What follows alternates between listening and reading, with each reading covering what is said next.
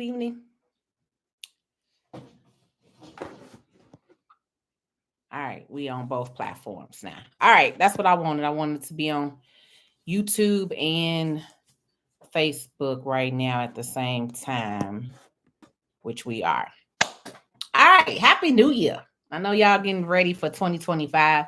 I wanted to give you I wanted to remind you, let's just say this. I wanted to remind you of a couple of things. So I know I'm just getting on YouTube. It's going to take a little bit for them to let y'all know that I'm live. Anybody on Facebook, it's probably going to take a while to let them know that I'm live too. Ooh, I got to take these braids out. My hair is, they'll be okay though. I've been sick. So don't charge it to the game, okay? So good evening, good evening, good evening. Those of you who are new here to my page and my channel, welcome. My name is Patrice L. Stewart, better known as the Realist Tax and Business Strategist. I am on two platforms right now, which is on my YouTube channel and I'm on Facebook as well. But I wanted to come on this evening and give you all a couple of updates. So yesterday on Facebook, I only did this on Facebook. So I think what's today? Today is Tuesday. Sunday night on Facebook, I put out there that I was going to help a couple of single moms. A couple of you all, I'm still waiting on you to respond to my inbox. All right. So I just wanted to put that out there.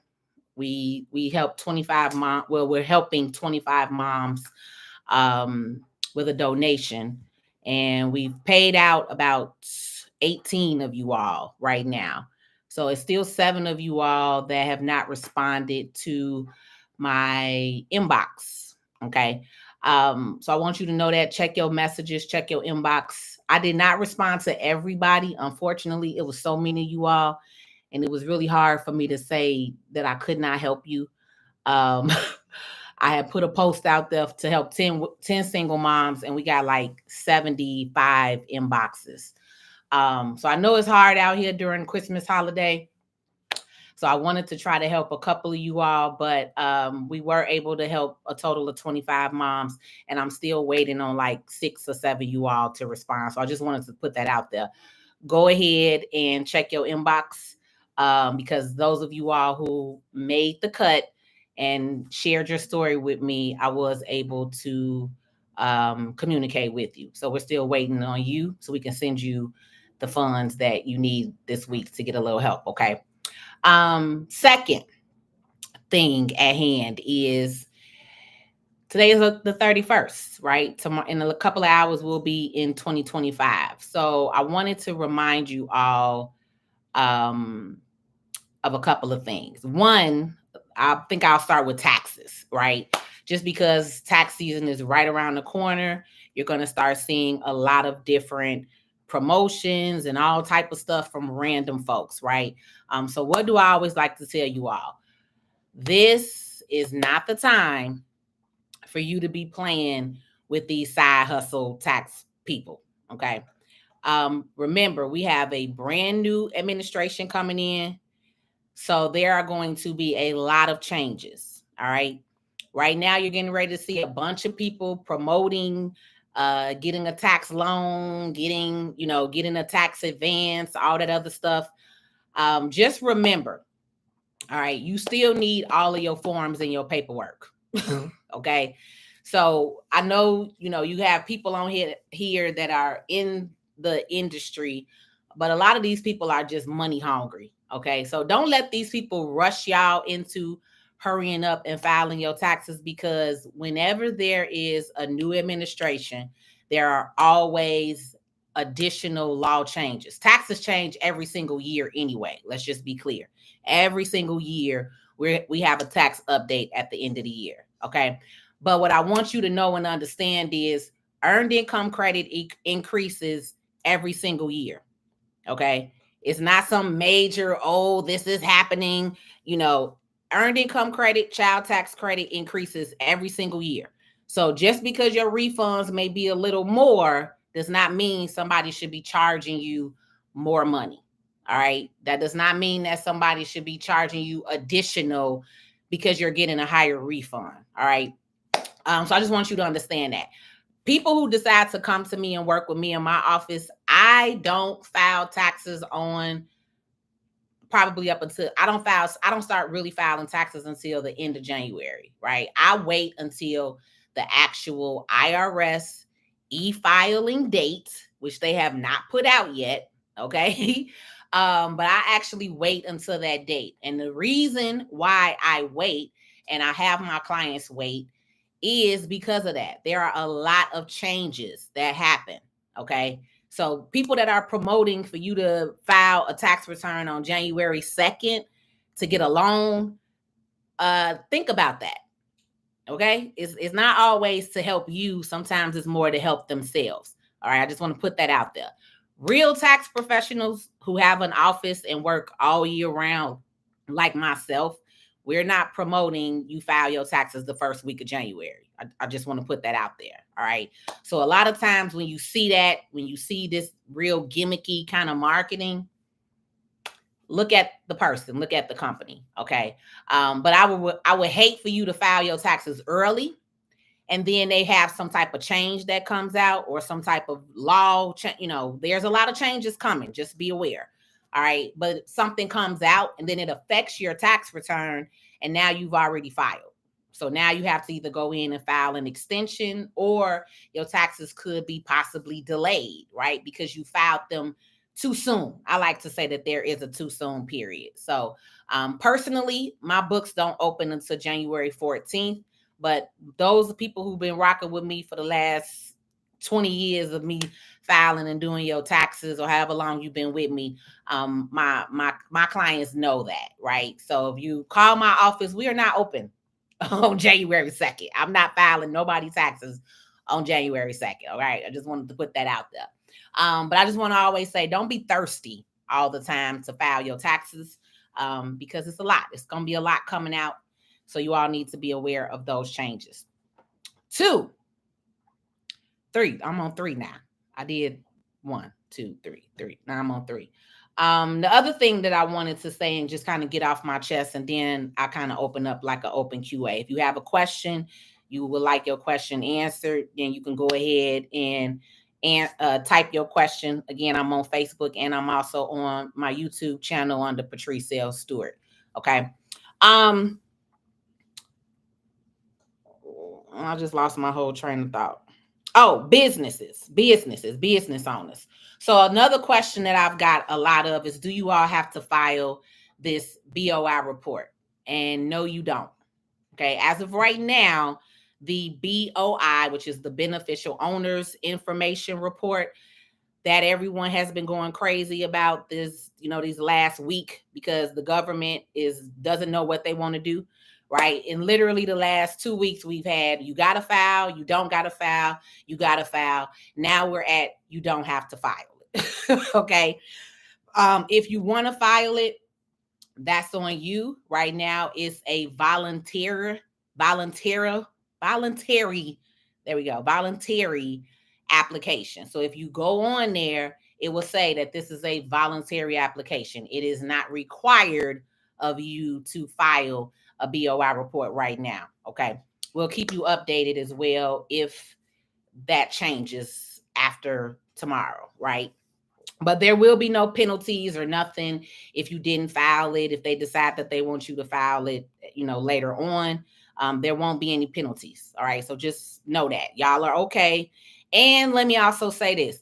You do not have to pay somebody to file a free report. The BOI report is completely free.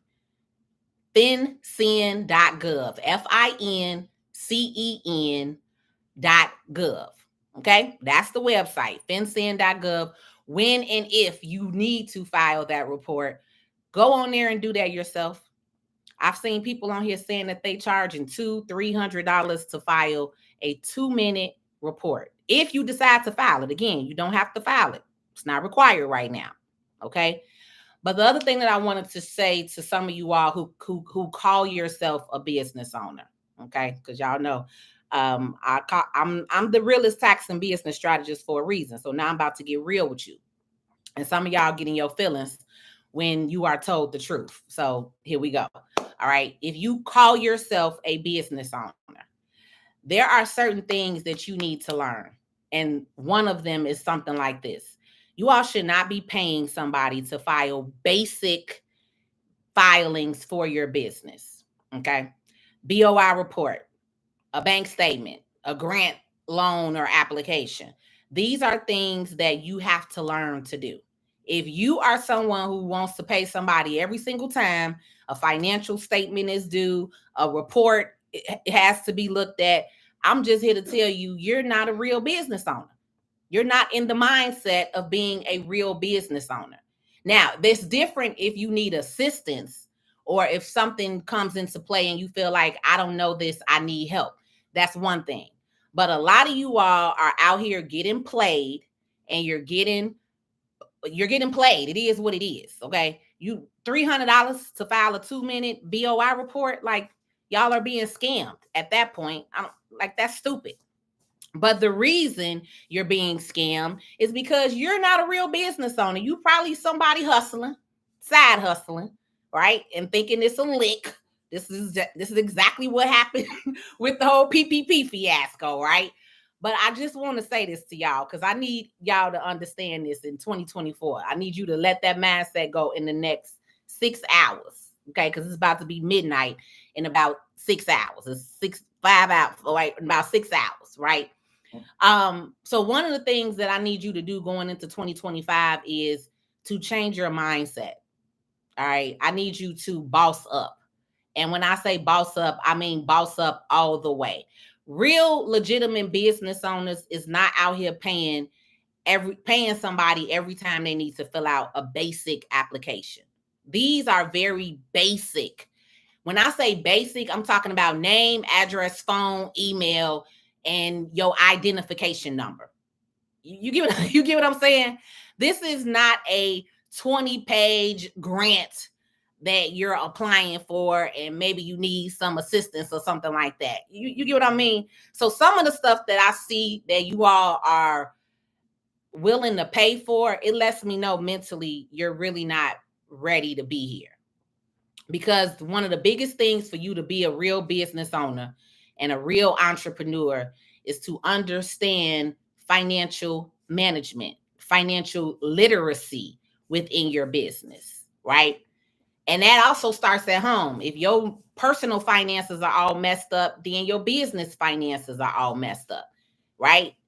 And again, if you are scared to open up and click a link to review what it takes to file a business application, you're not in business. Maybe you're not ready for this. All right. So I just want to save y'all some headache and some money. Okay. But that's it. Right. So I also wanted to say that because if you all do have these companies, because a lot of you all too say, oh, I have an LLC and I haven't made any money in my business. And some of you all say you've had an LLC for 2 and 3 years and you still haven't made any money in your business. So I want to tell you today, close the business, dissolve the LLC. Okay. Because who cares that you have an LLC on paper, but you're not making any money? The whole point of having a business is to make money. So if you all think that owning a business is putting it on paper, again, mentally, you're not there. You're not ready. You don't get it. Okay. So this is way bigger than being on a piece of paper. If you don't have a bank account, if you're not making money in your business, all right, you haven't made a sale, you're not promoting it, you're not encouraged by it, you're not a business. Let it go. It's okay. What are y'all holding on to? All right. And if you didn't know, every single year you have to renew your company. So if you have an LLC that you've had for 3 years, you haven't made no money, and you haven't renewed the paperwork, again, you're not in business.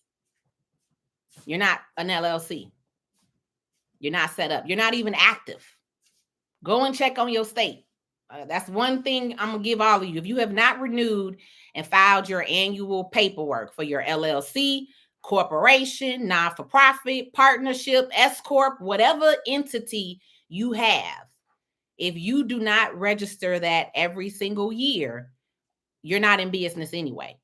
You're considered inactive. You're considered involuntarily dissolved. All right.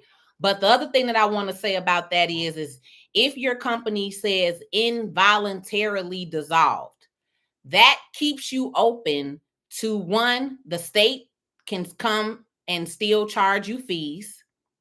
Two, whatever state you're in, if your state charges taxes, right? If you're in a state that pays taxes or business tax, personal or business taxes, guess what? You're also still can be liable for that, right? So a lot of you all, again, claim to be in business, but you're not running it like a business, right? And so I had that comment the other day. A young lady said, well, I've had my LLC for a couple of years. I haven't made any money. Do I still have to file the BOI report? Do I still have to do the annual filing?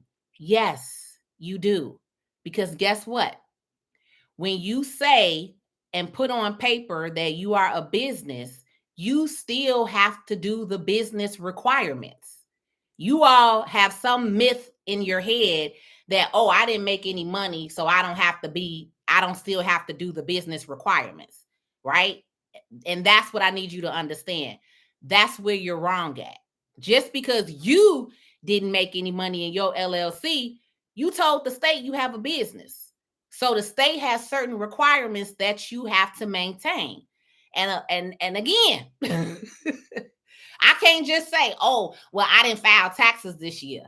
I still have to have certain requirements because I'm registered as a tax professional, right? I still have certain classes, continuing education, licensing to keep my PTN number up. I still have to do that. If I don't do that, then I can't run my business. Do y'all get what I'm saying when I say that? So if you know that this is something that you're not capable of managing and maintaining right now, if you know that this is something that you're not really in, you know that this is something that you're just not able to focus on right now, close the business, dissolve it, let it go. It's doing nothing for you. All right. Business is so much more than an LLC and an EIN number. All right. So that's my tip for you on this New Year's going into 2025, because there's no point in leaving things open like that. So if y'all didn't know that, now you know. An involuntary dissolvement means that the state dissolved your company because you were not in good standing, right? A voluntary, if you log into your paperwork and you actually closed out your LLC, corporation, whatever, and you look on the state website, it will show you that it was voluntarily dissolved. And now that means it's actually closed. It's a closed, non-registered business now, right? So everybody that says involuntarily dissolved, you are still open, and you are still open to those fines and fees. Okay. Now, do you have any questions? I know I just went over a lot. Calvin on YouTube, thank you so much. I appreciate that compliment, Calvin. What's going on, author? Happy New Year. Do you have any questions or concerns to anything that I just stated in the last 20 minutes? Damn, it's been 20 minutes already with what I just said with y'all. Hello. Let me go on. Let me just check the comments on Facebook. So this is an open Q&A. I'm talking about everything. I'm talking about taxes. I'm talking about business. I'm talking about credit. I'm talking about whatever you want to talk about. Those were just a couple of topics that I had in my mind off the top of my head that I wanted to share with you all. But at this point, it's open. now to kind of what you might have on your mind, or if you had a specific question regarding taxes, business, credit, right? Whatever. The next topic that we're going to go over, or the next live, I haven't been live really on any of my platforms, whether it's TikTok, Facebook, YouTube, in a while, in a very long time. I took a well-needed break. I took some time off. So this month, starting this week, starting Friday, I'm starting the lives back up. So Friday on YouTube, we do Finance Friday. Finance Friday topic that we are going over is the Navy Federal Pledge Loan. Okay. One, I've gone over this Navy Federal Pledge Loan topic on YouTube, on TikTok, like 50,000 times, right? Over the last 4 years. And what I've learned is that there are still a lot of people who still are not familiar with this product. So I made a comment on Instagram, and now that's taken it, brought it back up. I've gotten a lot of inboxes, a lot of questions about this Navy Federal Pledge Loan, and I'm going to go over that again. And technically, I'm only using Navy Federal as the example because that's the credit union that I use. But I want to say this right now to all of you all. It doesn't matter the credit union, right? Right. As long as the credit union offers that, let's just say that. So we have a lot of credit unions that offer, and the terminology is, it's called a savings secured loan. All right, that's the correct terminology. With Navy Federal, theirs is called the pledge loan. With another credit union, it could be called something else, right? But the product that we're talking about is called a savings secured loan. Why would you want to do something like this? Just to wrap it up, quick example. Tax season is coming up. So some of you all are about to get some very nice refunds. Let's say you have a $10,000 refund coming. Maybe you've never been able to save $10,000 on your own. Maybe you've never seen $10,000 in a one lump sum. Now, you know, when taxes come, you're going to get antsy, right? People get money in their pocket that they've never had before. You immediately want to start spending, right? But what I want you to start thinking about, okay, with this particular product, you can have that $10,000, put it in a savings account with the credit union, and then borrow against that money. So this way you can use that money today. If you needed to use that 10,000, you can use the money today, but you're basically going to be paying yourself back over time. And then you'll have that $10,000 available to you again. Okay. On Friday, I will go over that in detail, right? I'll have the whiteboard up. I'll be at my office. We'll have the whiteboard up. I'll break it down for you so you can understand the concept, why you might want to do something like this, why you may want to learn and be on the live. Normally we go live around 6:00 on Friday for Finance Friday, but that's the topic that we'll be going over this Friday to get you all and start you with the new year. So this way, you know how to keep and maintain that money versus just spending it, right? And you also have to get into the habit of learning how to keep and maintain your money versus just spending it. Of course, when you have gone through some things in life, you maybe weren't able to buy some things for a while. Sometimes y'all get a little antsy and you just want to spend, right? But that's what I want to help you with more of this year, because I promise you, when you do not just, when you stop being a consumer in this country and you know and understand and learn how money works, your life can be so much better. Those of you all who are tired of being in survival mode, if you are tired of living check to check, then I want you to be on this live on Friday at 6:00. Okay. Because it literally can change your life. It can change the trajectory of your life when you learn financial literacy, when you learn credit, and then also when you learn how money works in the United States of America. Okay? Because you're not taught this in school. You were never taught this in school. You will never be taught this. Your kids, your grandkids will not be taught this. This is something that you have to learn on your own, which is why I have a whole online financial literacy academy. Okay. Okay. We have a whole membership. We have a whole academy with over 30 different modules in there teaching you different stuff like this. Um, Miss Phenom says totally off topic, but I love your wall color. Really? Because this is just a basic cream kind of wall color, but thank you. Should I get my ebook copyrighted before I start selling it? Yes, author, you should.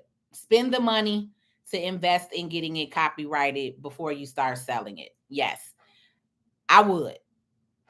I would. Some people do, start selling it before getting it copyrighted, but I would definitely get it copyrighted before you start selling it.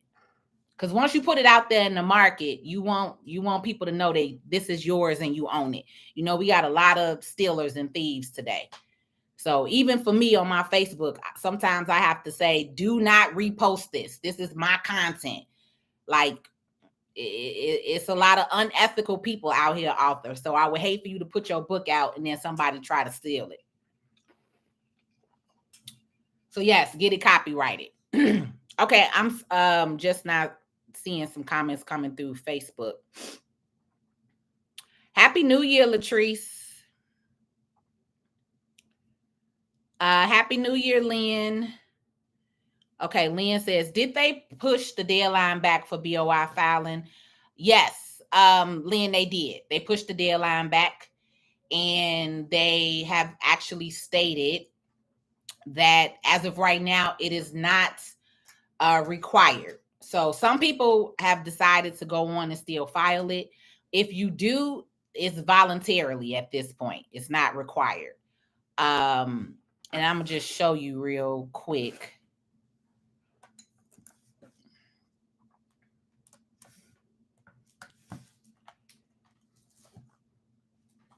Oh, it's backwards. I thought I changed it.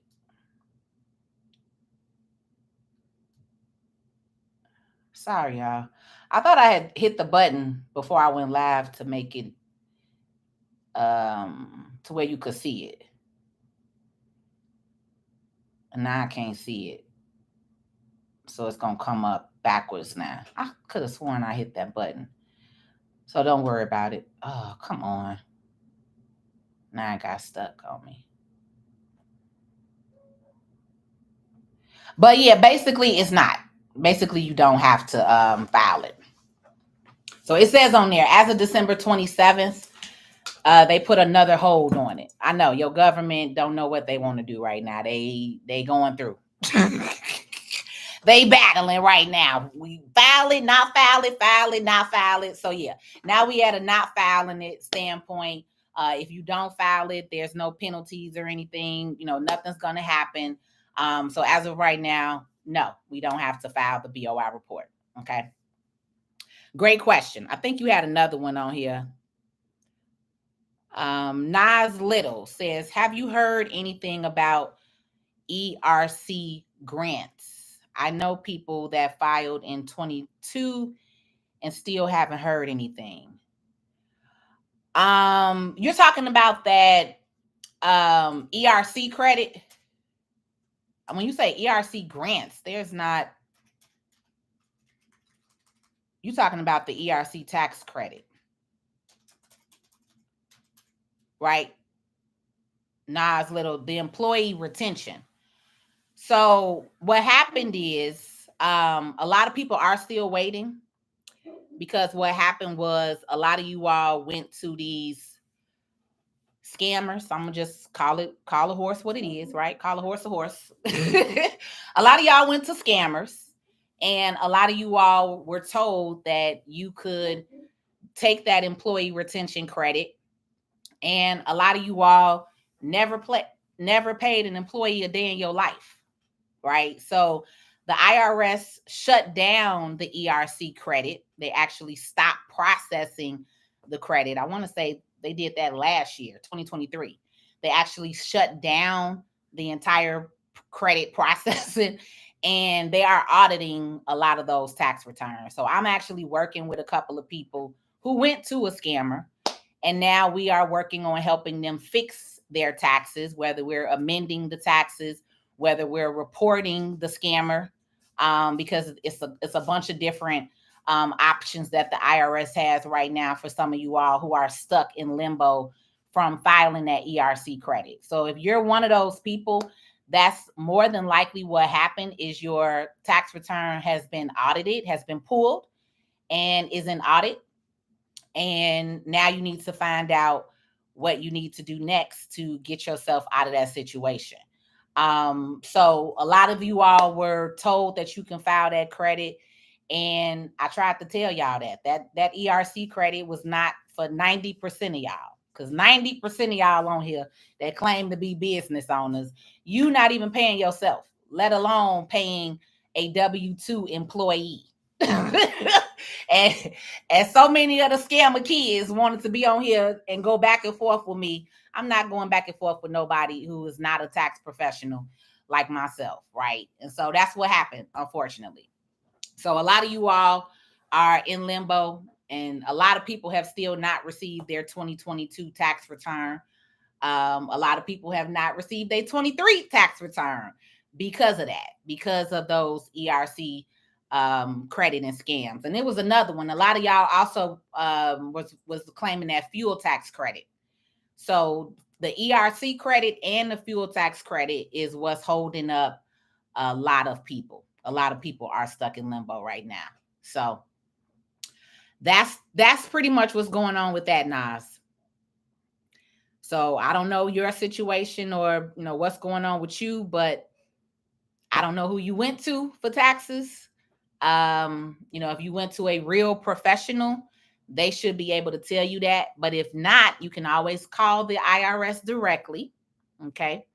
And you can always find out the status of your tax return, where it's at, what department it is being held in right now.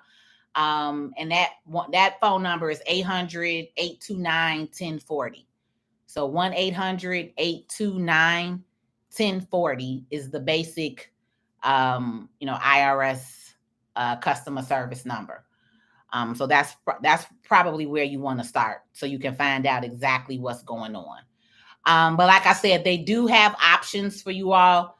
So some of you all, they do have options to where we can amend the taxes and take the credit off of your taxes, especially if you were unaware or you were lied to or you were told that you can do something and you really can't do it. If you were pretty much, like I said, if you were pretty much scammed.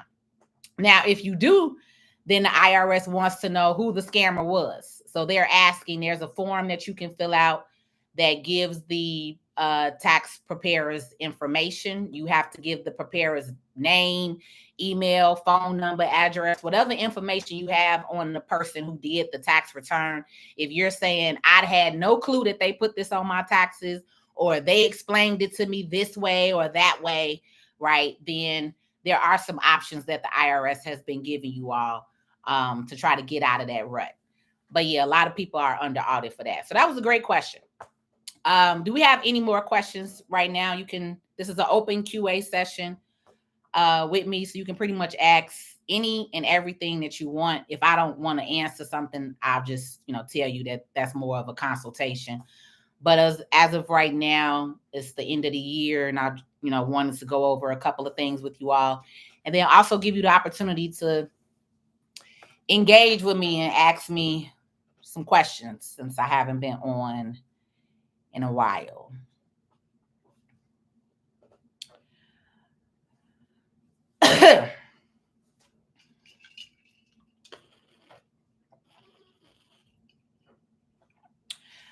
YouTubers, make sure you're following my page too, and hit the notifications so you can get the notifications, because we are back.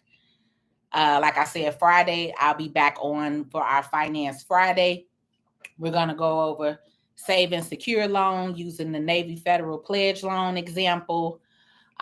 Big Business Saturday. On Saturday, I go live and we're going to start interviewing a business owner in their field.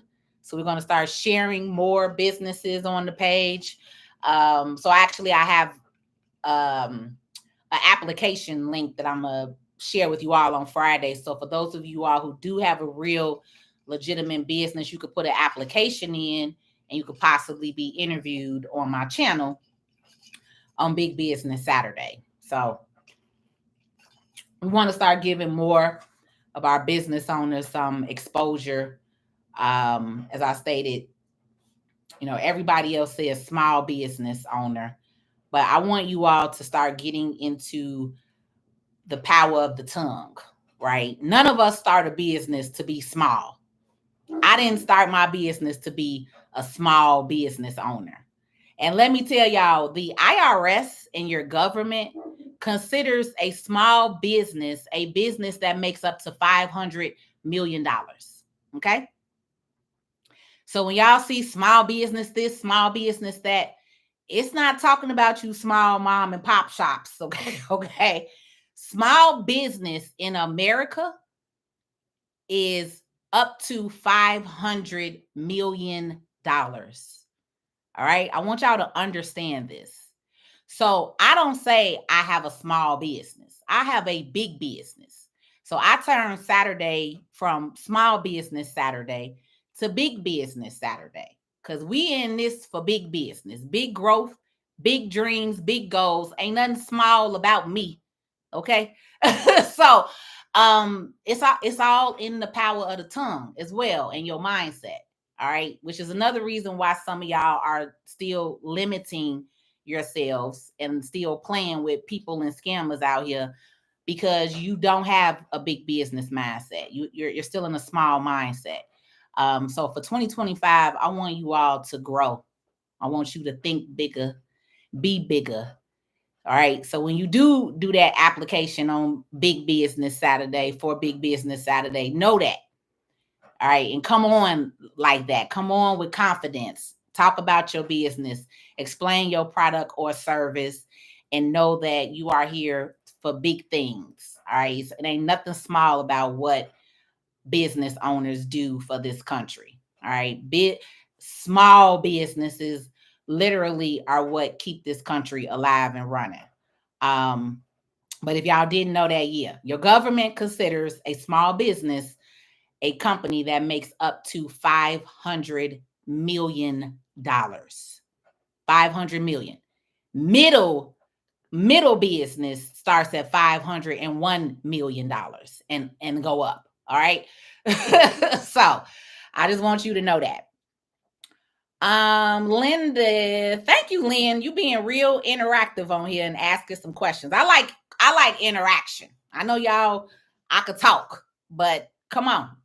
Tap in, get these questions and knowledge answered while you got me on here for free. Because y'all know I don't do free too much no more. Because when it's free, you don't pay attention. Lynn says, I know some people that got audited trying to get that 20K and they held his tax return for this year. Yep, they will.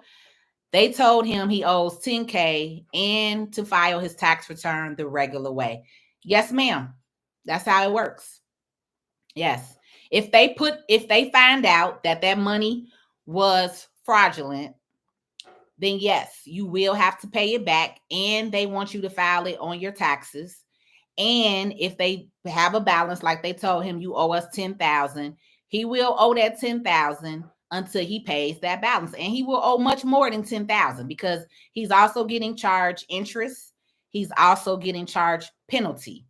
So however long it takes him to pay that 10 bands, he probably may pay back 12, 13, 14 bands easy.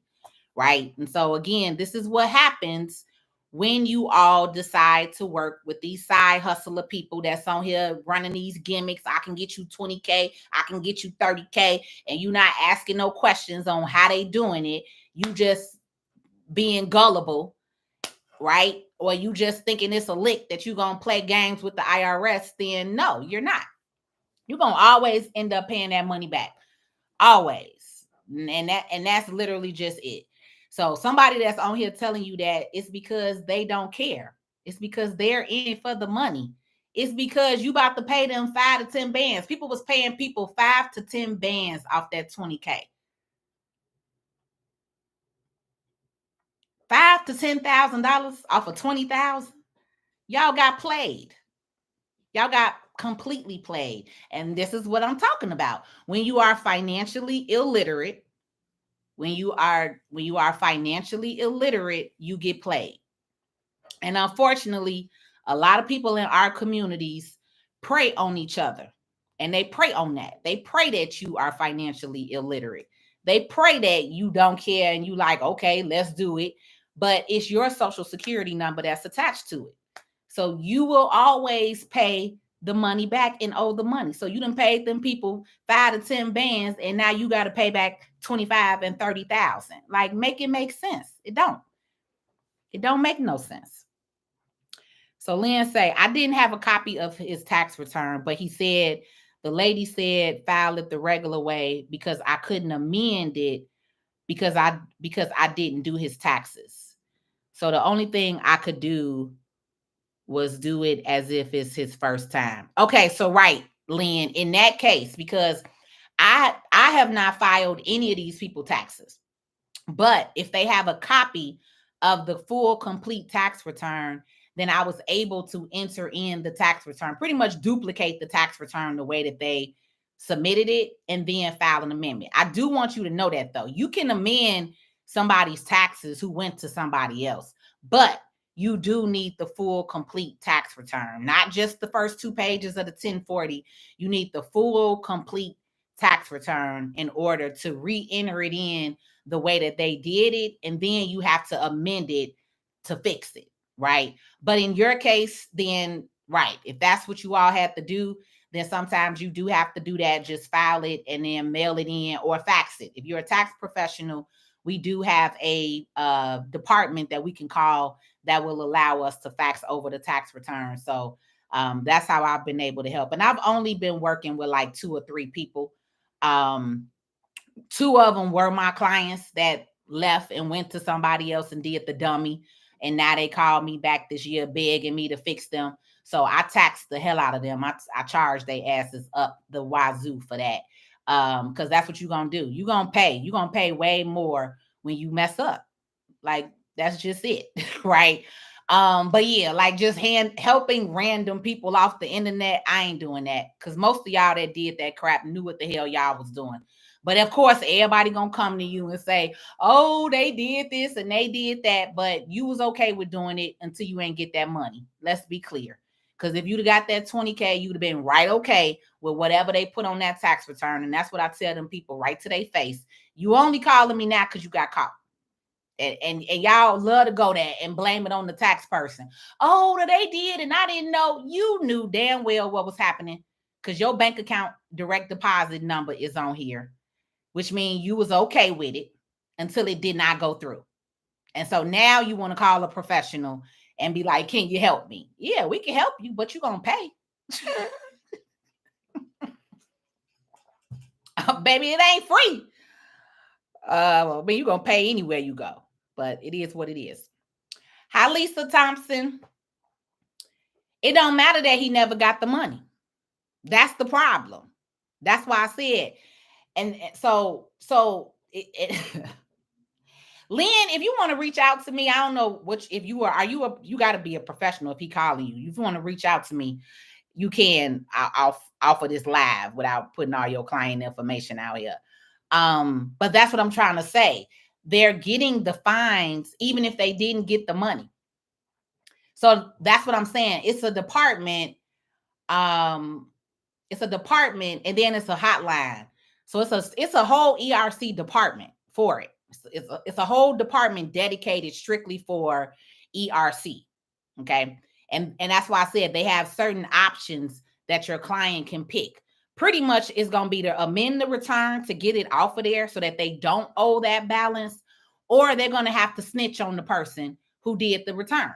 Like, those are the options. They literally have a tax preparer. Don't quote me because I'm not saying it directly, but it's pretty much a fraudulent tax preparer form that they have. And they want you to tell them who this person was that did that bogus tax return, along with you doing the amendment to get you out of owing all that money. So it's a whole department. It's a whole process. So your client, if they're willing to go through all of that, then he could possibly get that 10K off of his name. But if he ain't willing to go through all of that, then he gonna owe that 10K. I mean, that's just what it is. How can we get a copy of your deceased spouse tax form from a previous year if you don't recall all the places he worked? I recommend some contact with the IRS when jobs give a copy to give it to the IRS. A tax preparer charged her $605 but didn't file her return. Kept giving her the runaround and then blocked her. I told her to sue and gave her the link to the IRS to file for a complaint. She tried calling the IRS but couldn't get in touch with the representative. What can she do? She's in need and she has to file her 2022 return. So the deceased spouse form, if it's her husband, she should have his social security number and all that stuff. All she got to do is just create a tax account for him. I mean, technically you can create a tax account. But if you're a tax pro, I don't know how, how far you're in or whatever, but there's a hotline too that you can contact. I don't know, but you got to have a POA on file for that. So in order for her to get his old documents and W-2s, you would have to pull up, his file pretty much, because he's not able to request it. Now, with her being the spouse, and if she has prior year taxes with him, that's also possible for her to get those records. But if they were never filing together and he was kind of filing on his own, that might be kind of hard to do. Otherwise, she could set up her own account with his, with that information. Because I mean, you can set up a taxpayer account. You just need to know, all the information.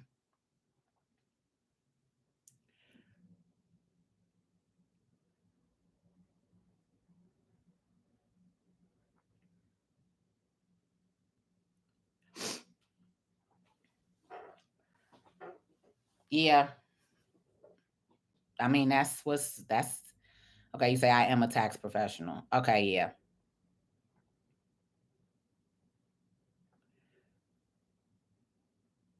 Oh, if they always file together, then yeah, she can get a copy of it. She can get a copy of it because she's on the actual return as the spouse. Right. It's not going to show under her account because it's her social. You got to have the social in his name.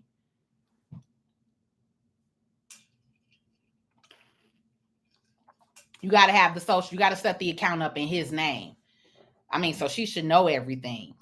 That's what I'm saying. To still set the account up in his name with his social, she should still know all of that information because she's his spouse. She would just be managing and maintaining that account. But then that way she'll be able to see all of the documents that was reported to his social for those years. Because there's no other way to get it because it's reported to his social.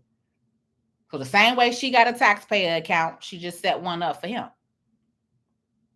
That's how I would see it. Do you get what I'm saying when I say that?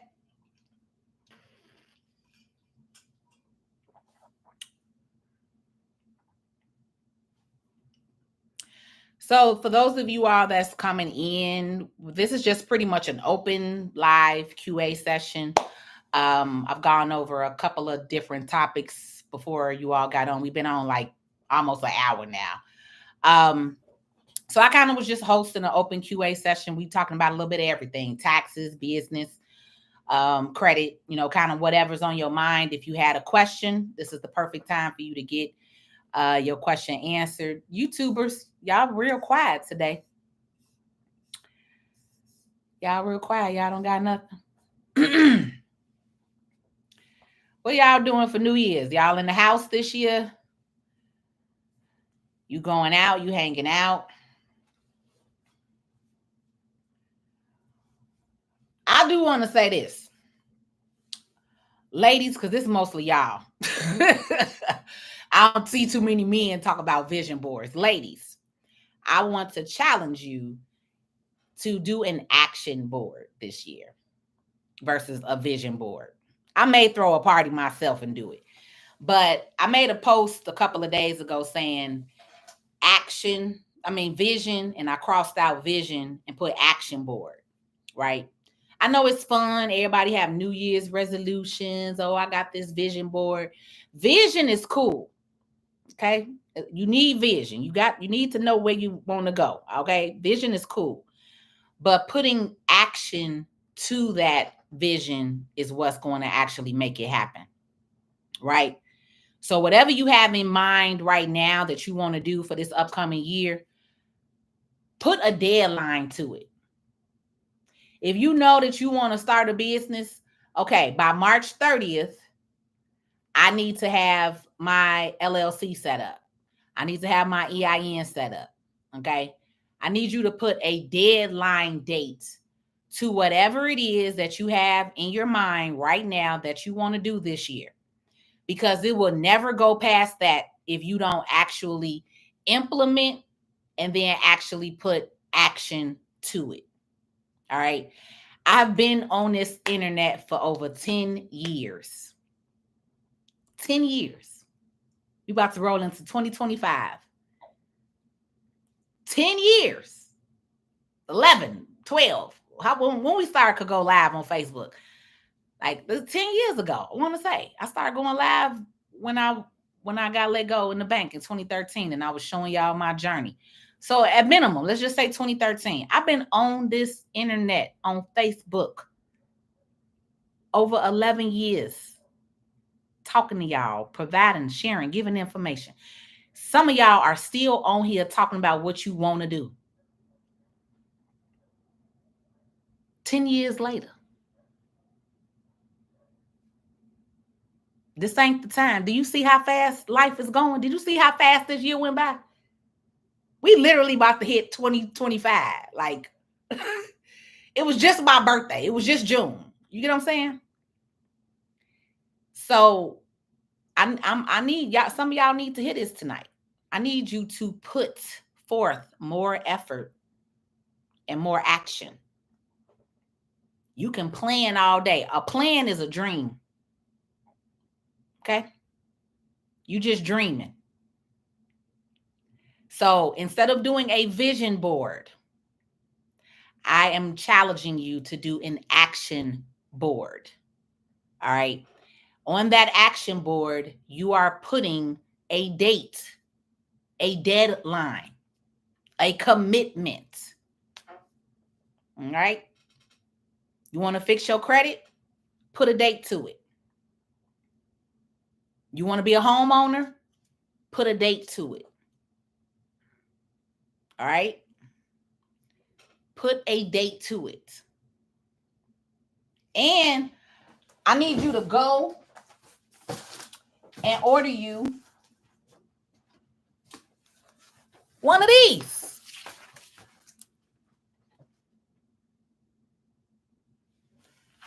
Get this big post-it. This one that I have is 25 by 30. I have one of these in my bedroom. In my bedroom. So when I wake up in the morning, I have on there pray. I have on there meditate. I have on there exercise. These are some of the 3 things that I'm focusing on in my life, right? But when you see it and it is written down in front of you, again, that puts light to you. That puts action to you. You know what I'm saying? That makes you think like, so when I wake up in the morning, whatever my task is in my room, it's right there.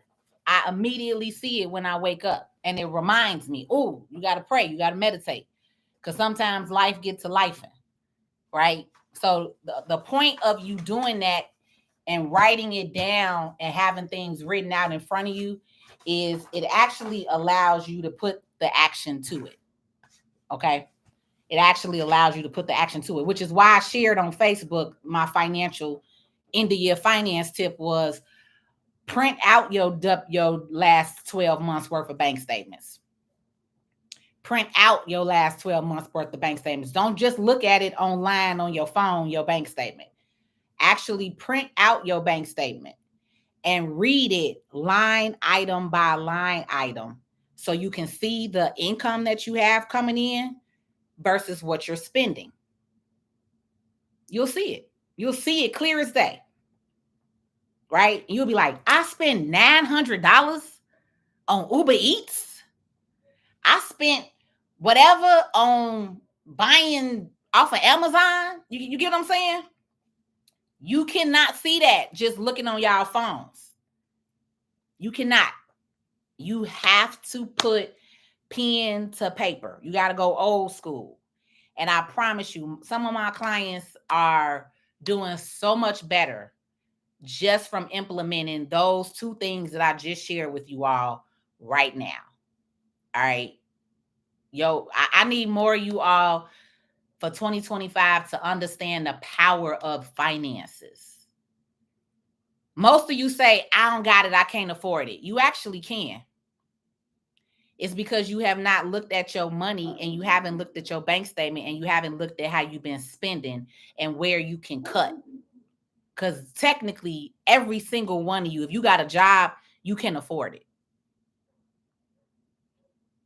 All right.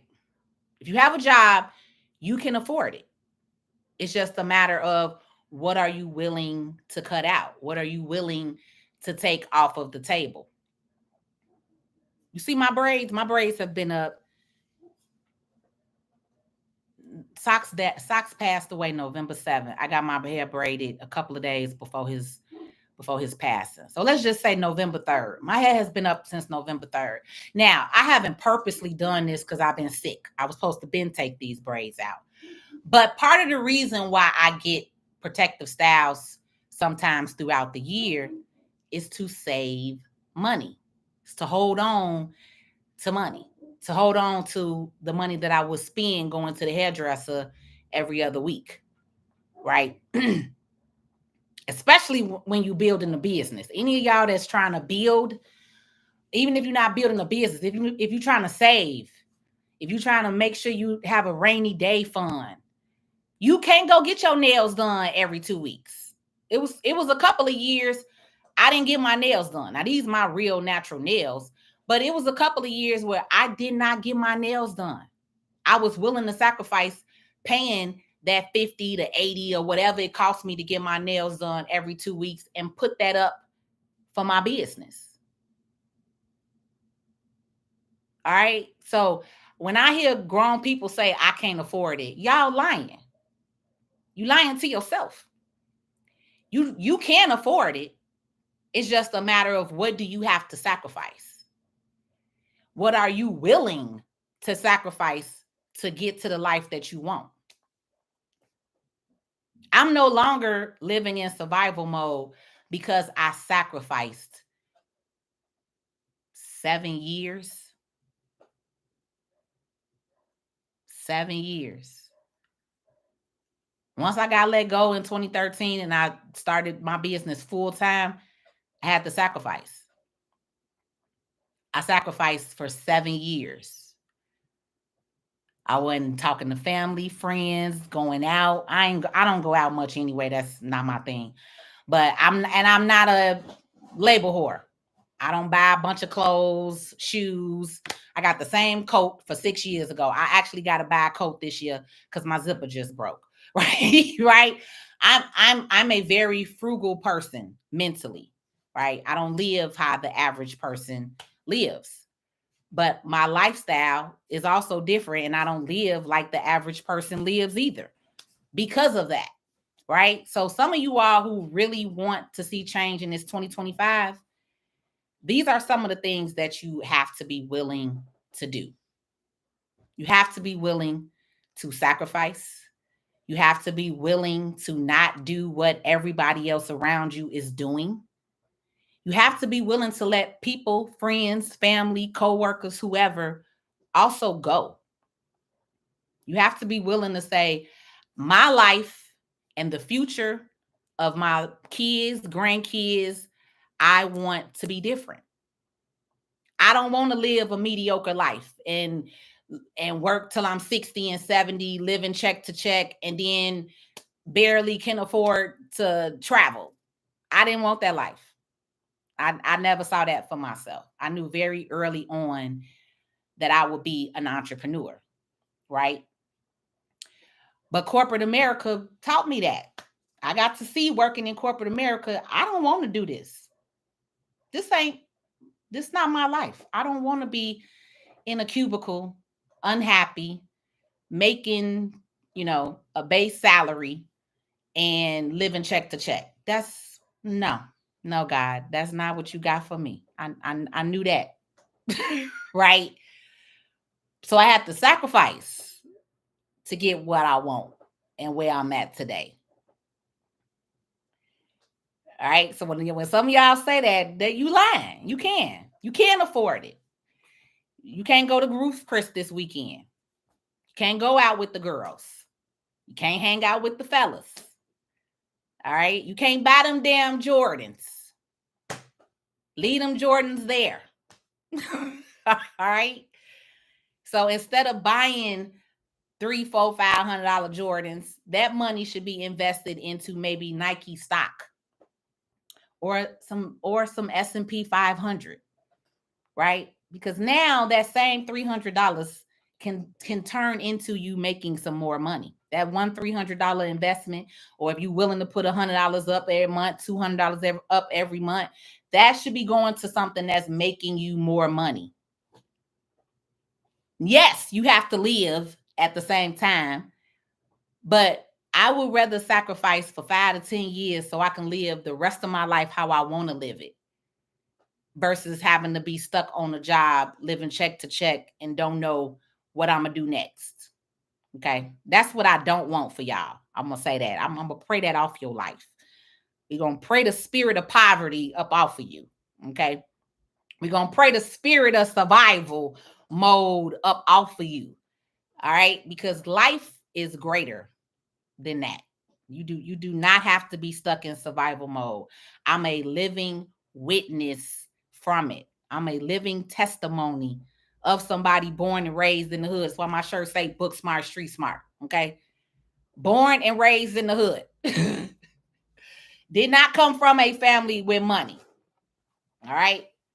But I'm not living in survival mode anymore. Thank you, God. Thank you, Jesus. And I pray that over more of you all. George, thank you for having a question. Gregory, should I complete the BOI report for my LLC? I see a lot of y'all are stuck on this BOI. I understand. So Gregory, as of right now, it's not required. Okay.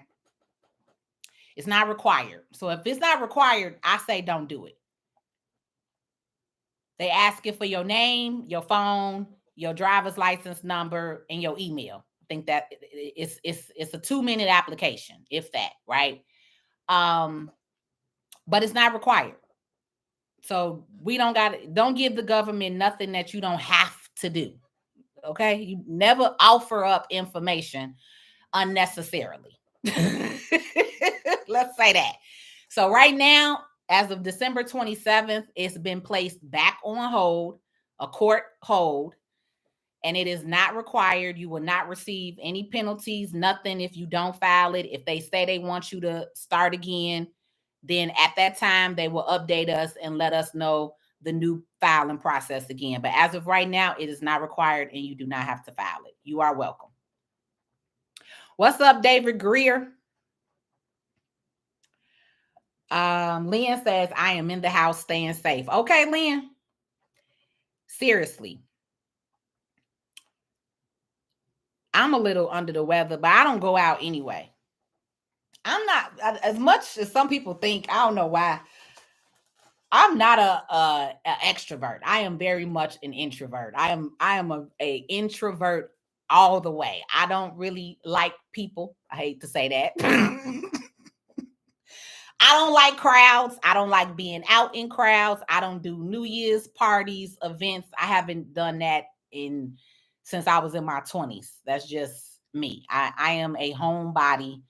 I like to be in my own zone. Or if I do, I like small, intimate crowds of people that I know who actually love me and I love and want to be in the room with. Them days of being out in the club with thousands of people and their energies. I'm big on energy.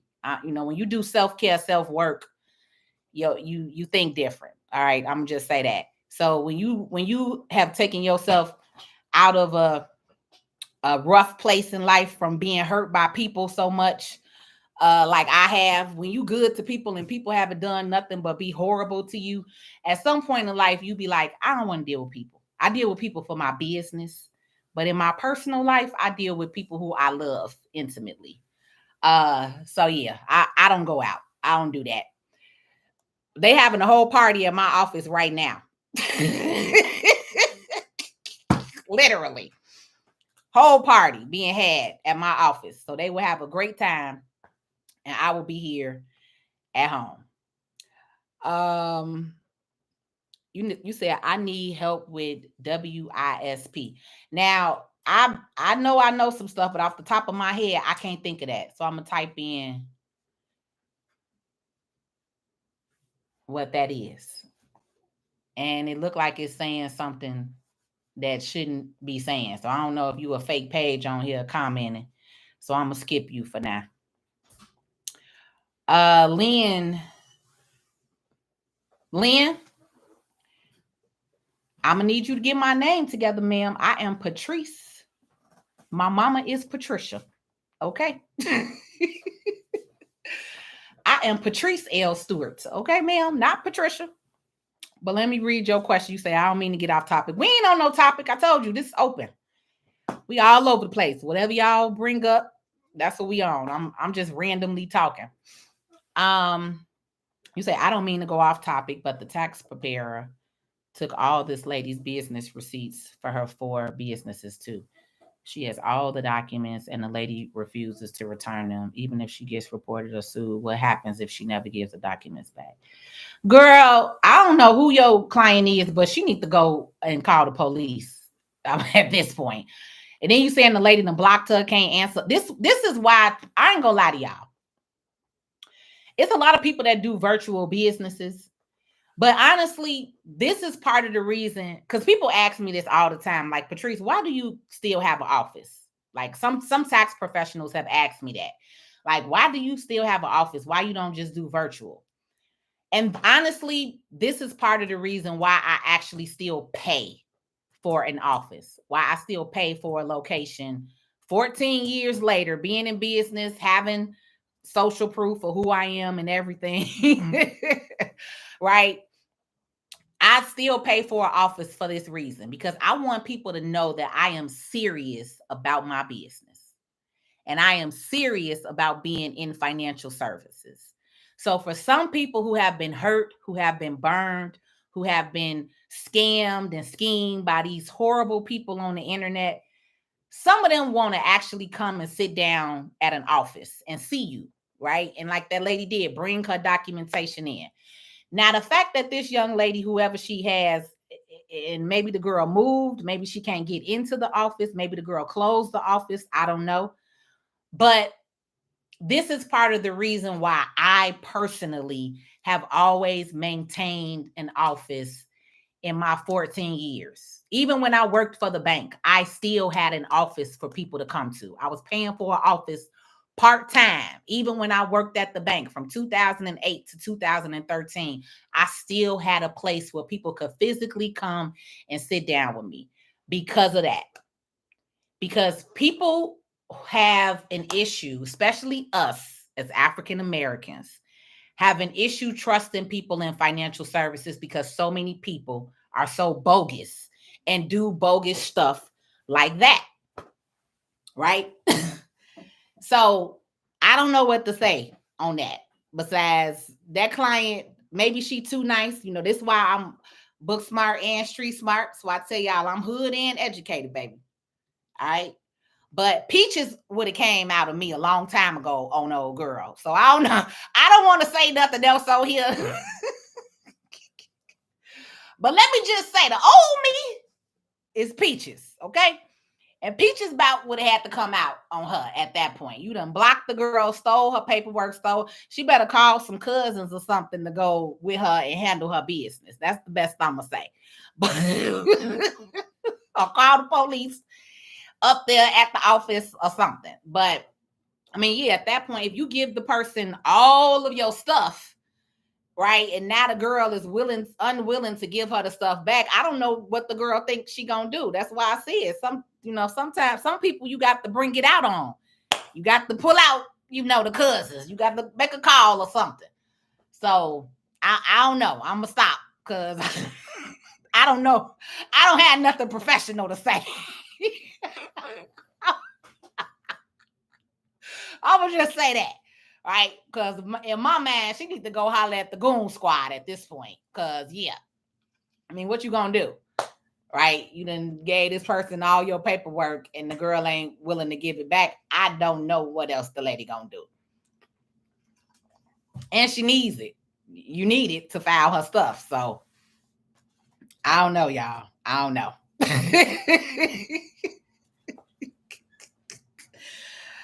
That's it. We're going to leave that one alone. Okay? I'm going to leave that one alone. So, what else y'all got?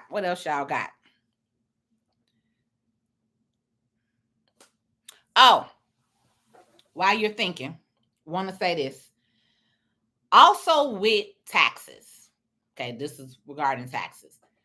Every single year, for those of you all who qualify for earned income credit, okay, it's not a whole lot of tax credits today. But what's left as far as the child tax credit, earned income credit, I want y'all to know every single year the IRS increases the rates, y'all. Okay? Like literally every single year. Okay? They increase the rates. So I want y'all to know and understand that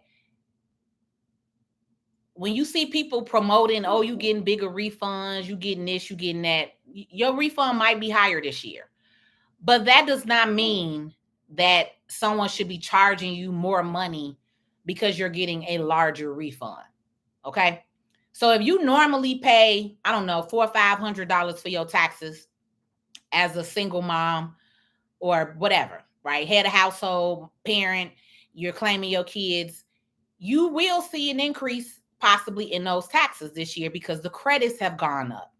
All right. But that doesn't mean that now the person who's doing your taxes gets to charge you like double the amount of money. You get what I mean? So I need y'all to understand that too. Real tax professionals, let's also break this down. Normally are three main ways of how they charge you taxes. Either one, a tax professional will charge you by the number of forms that they're filling out for you, which is how I charge. We charge by the number of forms that we have prepared for you, right? So if the 1040, my 1040 may say it's $299, right? Then it may say the Schedule C is $399 or something like that. You get what I'm saying? We charge by the number of forms that we're filling out. Second way that some tax pros charge are by a flat rate, a flat fee. They may say, well, I charge a flat $350 to file you and your two kids, right? Something like that. It may not be by credit, by forms. Okay. The other way, and the last way that people should not be charging you is by a percentage of your tax return. So I've heard people say, well, my tax professional charges a percentage of what they give me back. So if your tax professional get you back $20,000, they want $2,000 or $2,500, right? That's not common. That's not common and not normally normal. Now, people who do charge a percentage also are normally like enrolled agents. An enrolled agent, a tax attorney, right? may charge a percentage in the event of when you owe, right? So like enrolled agents, a lot of enrolled agents don't do taxes, right? They don't do regular tax preparation paperwork. A lot of enrolled agents focus on people who owe.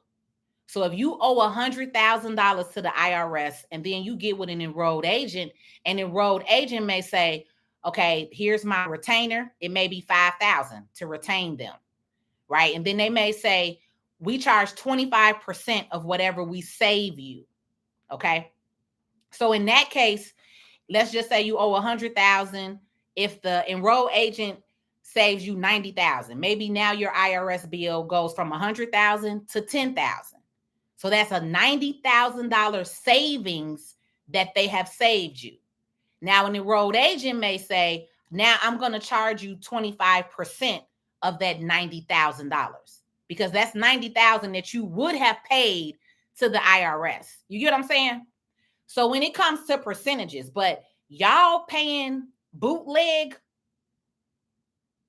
Pookie, okay, a percentage of your tax return, you are uninformed and being scammed. I'm gonna say that.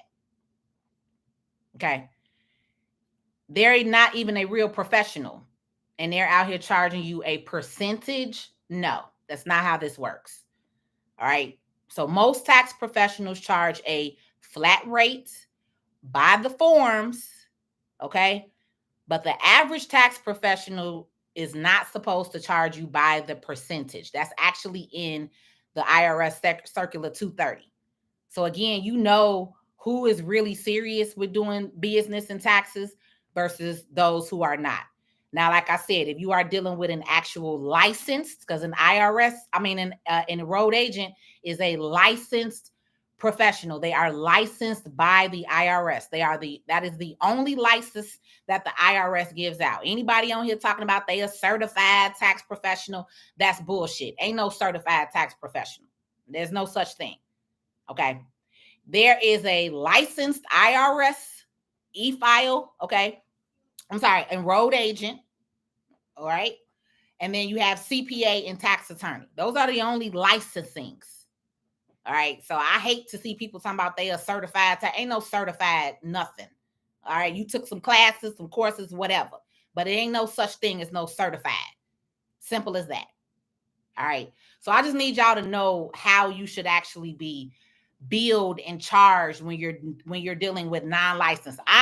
Even though I've been in this industry 20 years, I'm very well versed and educated, but I am not licensed.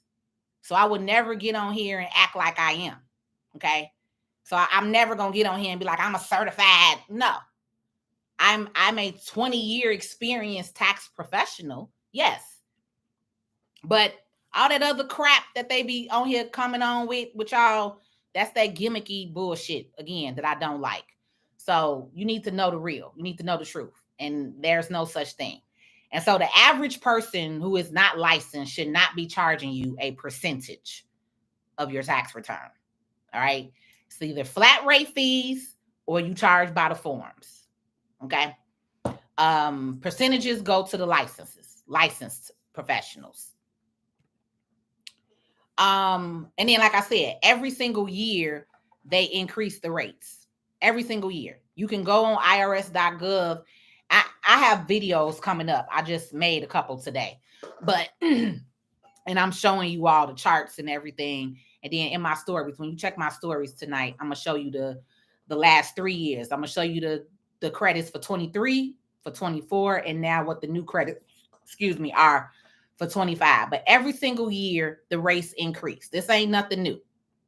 This ain't no, something happened or whatever. This is what happens in taxes. They increase those credits for you all. Okay.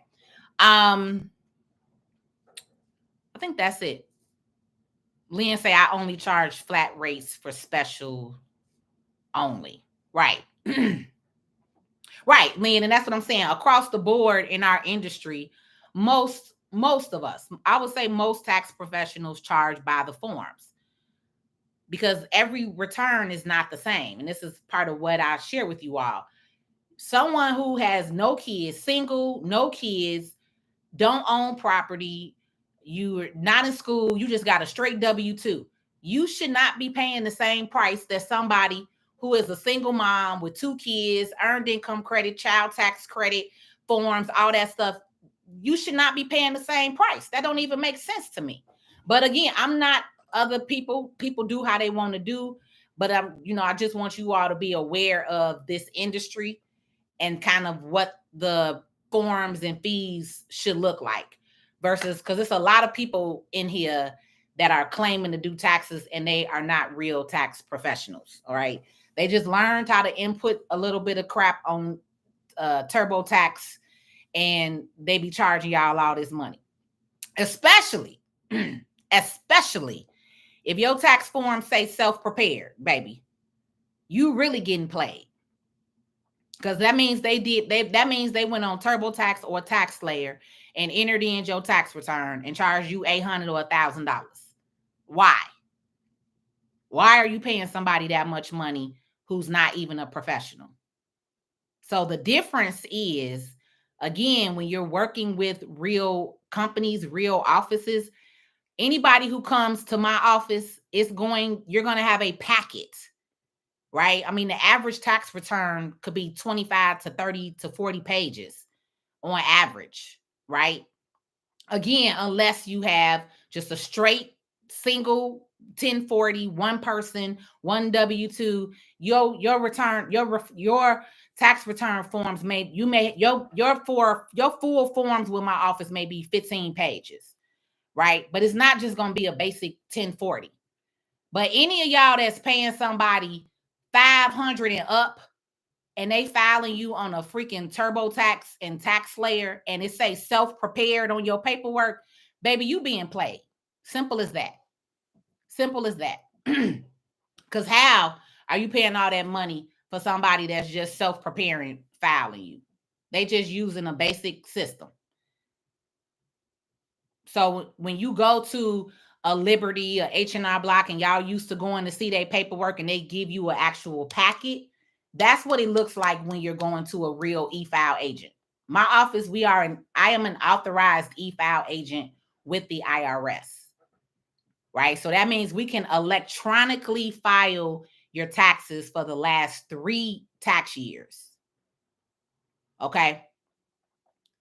So when we give you paperwork, it has my company name on there. It says that my company did your taxes. On your 1040, it's going to have my name as your preparer, right? It's going to have my company information. It's not going to say self-prepared.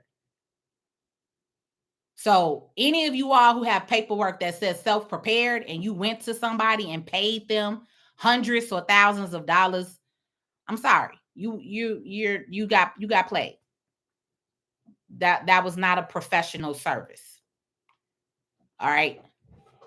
So you also need to know that because again, a lot of you all are okay with just going to somebody in the basement because they told you they can give you a larger refund, which is why I don't focus on y'all. Y'all are not my client base. Anybody who thinks that way, you're not my client base, which is why I don't do a whole lot of earned income credit clients. It's not that I won't. It's just that a lot of the mindset sometimes from earned income credit clients, that's what it is. They're looking for the biggest and largest refund. So sometimes, not all of you, okay, but sometimes mentally, some of you all are limited with how you think. And if you're just looking for the biggest refund, I'm not interested in working with you because that's not my goal, is to get you the biggest refund. Right? Because a lot of times what you all don't know is in order for you to get that biggest refund, they got to finagle some stuff. They got to do something. They got to say you got a business or lie or add additional expenses and stuff. And y'all don't understand that. That's the whole point of when you go to a real tax professional. I can't speak for nobody else but myself. So I'm not even going to say we.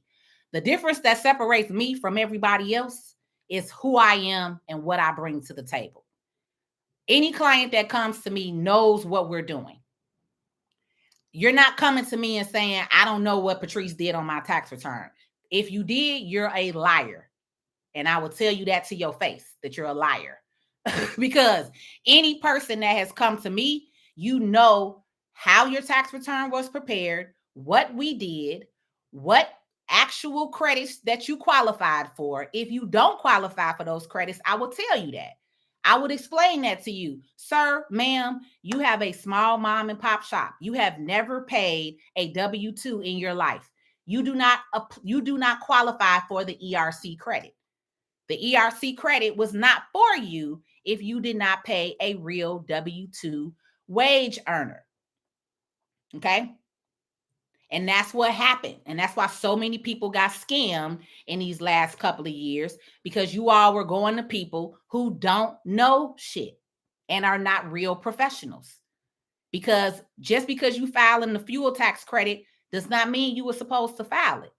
Just because you filed the ERC credit doesn't mean that you were supposed to file it. That means you went to somebody who was looking for the money because they were charging you thousands of dollars. Like I said, y'all be on here paying somebody 5 to 10 for 20,000. So guess what? Who is really winning? The person that's promoting doing the fraud.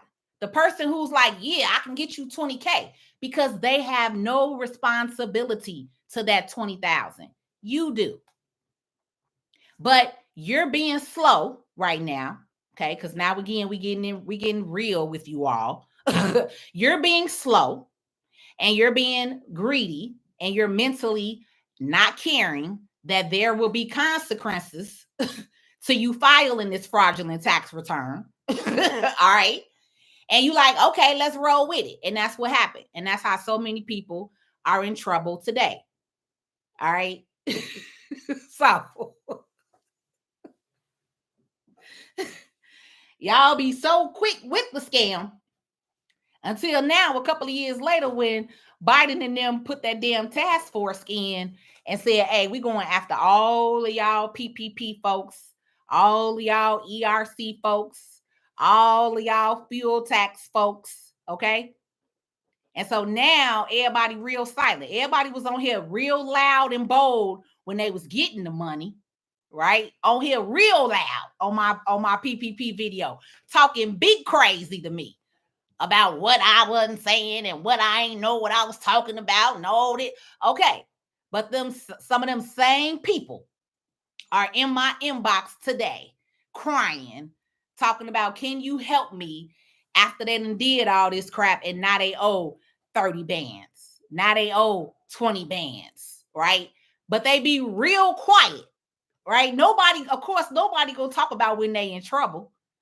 Half the people that worked at Cook County lost their damn jobs.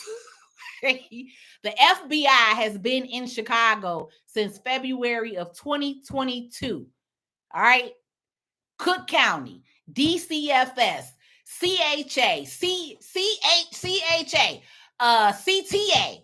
All right. Half of y'all friends and family have lost their jobs because of all this fraud, but everybody real silent about that. I bet you that. You ain't know that, right? So that's why I be on here telling y'all, man, for us, more of us, more people who look like me. I need y'all to get off of the gimmicky and the scams and the scheme and what everybody is sharing, and like really understand financial literacy. Like really just learn something this year and get out of that mindset and mentality, because it's literally going to be the death of you. It's going to be the death of you. Seriously.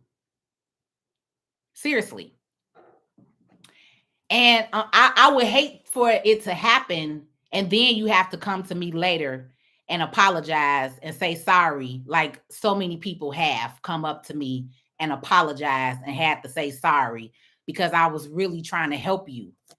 All right. I was trying to help you.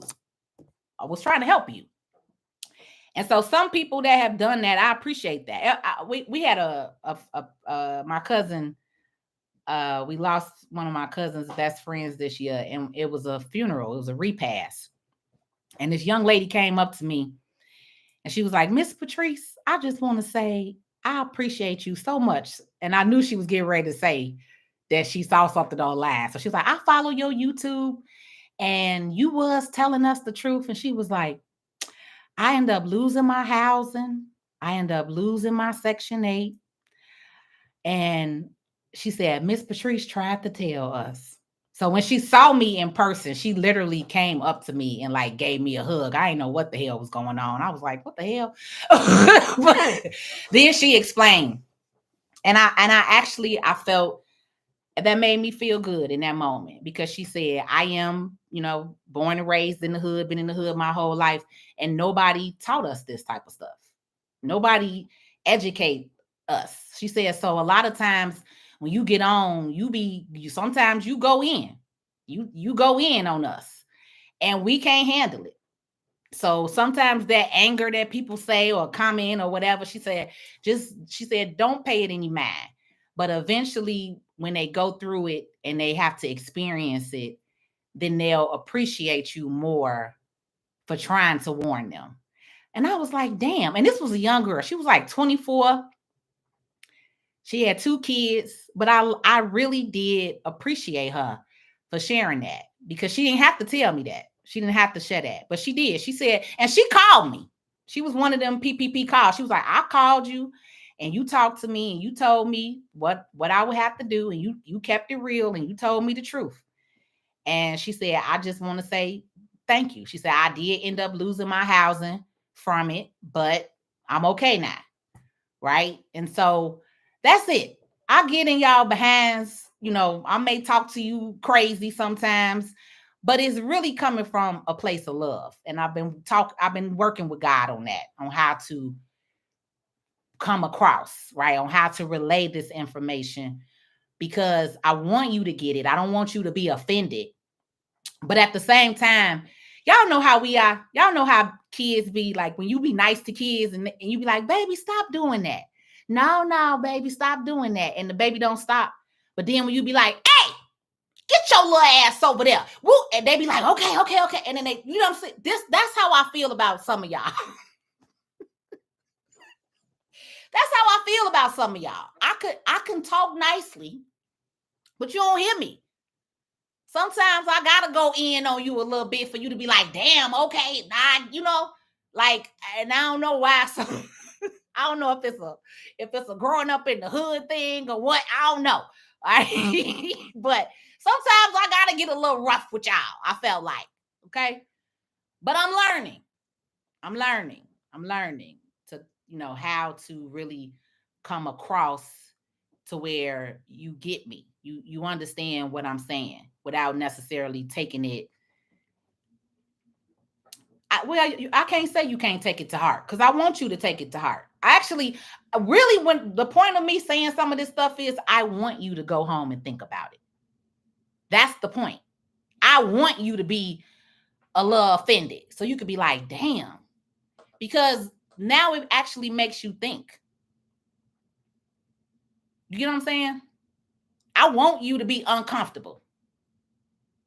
Talking about money and finances and growth and being the bigger person and being more than what your neighborhood taught you to be, it's uncomfortable. It's not a comfortable, easy process. So you have to be okay with being uncomfortable because that's what makes you change. The problem is so many of y'all are just used to being where you are. It's like you okay with being mediocre. You okay with being average. And I personally see better for you. You are not mediocre. You're not average. So sometimes you need that kick in your butt to realize that. All right? Y'all are not mediocre. Especially if you've been watching me this whole time. I've been on here damn near an hour and a half. If you've been listening to me this whole time, you're not average. So stop acting like you average. Stop doing average things. You get what I'm saying? Stop being mediocre. Like, yes, you can think bigger. But yes, you can actually be bigger. right? Vision versus action. Vision versus action. So I'm going to get off of here with y'all. We got about maybe 10, 15 minutes. And then I'm done. That's my TED Talks for tonight. That's my TED Talks for tonight. And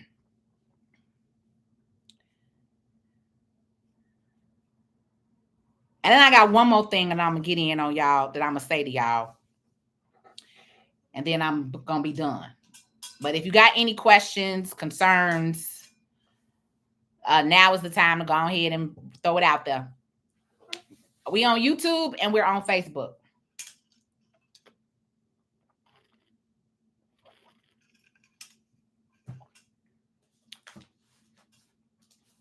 And sometimes it's hard to see.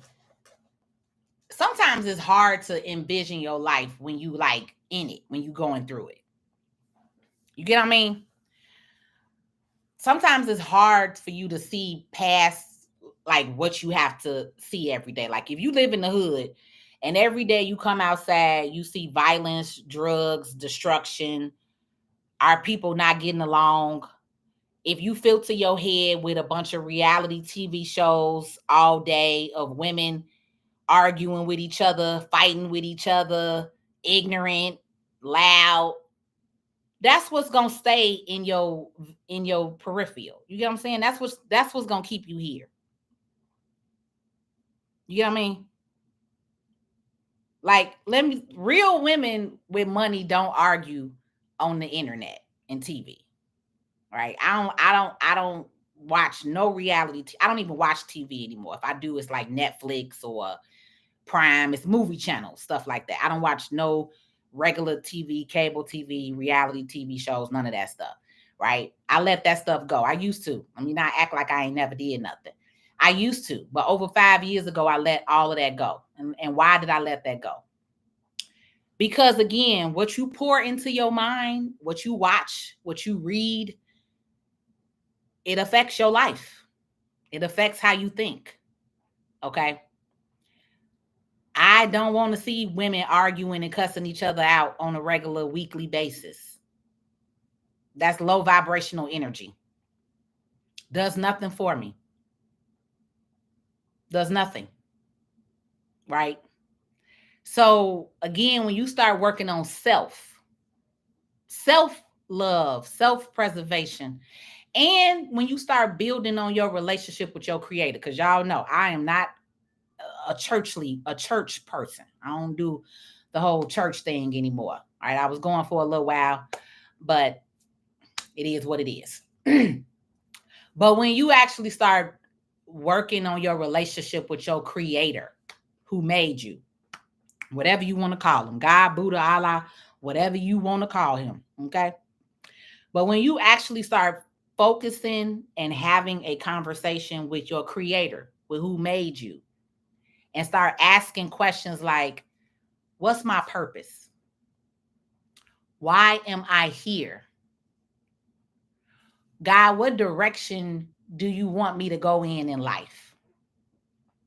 And when you start allowing your creator who made you, who brought you here, okay, he can start talking to you directly to order your steps. And then you will start releasing a lot of unnecessary stuff like people, places, things, TV, reality shows, right? Because now you're no longer in that vibration. You're no longer in that mindset. Mentally, it's going to bore you to watch somebody sitting on the TV for an hour, arguing back and forth, throwing tantrums in restaurants. Real grown ass women with money, okay, real millionaires. I have a couple of those clients. Don't do that. You never go downtown to see real millionaire women sitting at a table arguing and fighting and doing the shit that you see on reality TV. You would never see that. That's the fake facade that they put in your mindset in TV. right? Which is why I don't watch it. TV is very mind controlling, and a lot of you all haven't learned that yet, right? Which is again why you okay with watching 8 hours of Netflix movies. Because if you can watch 4 2-hour Netflix movies in a weekend and not take 2 hours to pour into you, yourself, your health, your wealth, reading, learning something new, learning a skill set, putting your money into work, but you completely just want to be entertained, this is why most people are average. This is why most people are average and will die an average person in life. It's the reason why it's a top. Of course, we know the reason why it's the top 1%, but that in order for you to get into that top 10%, you mentally, you have to get there.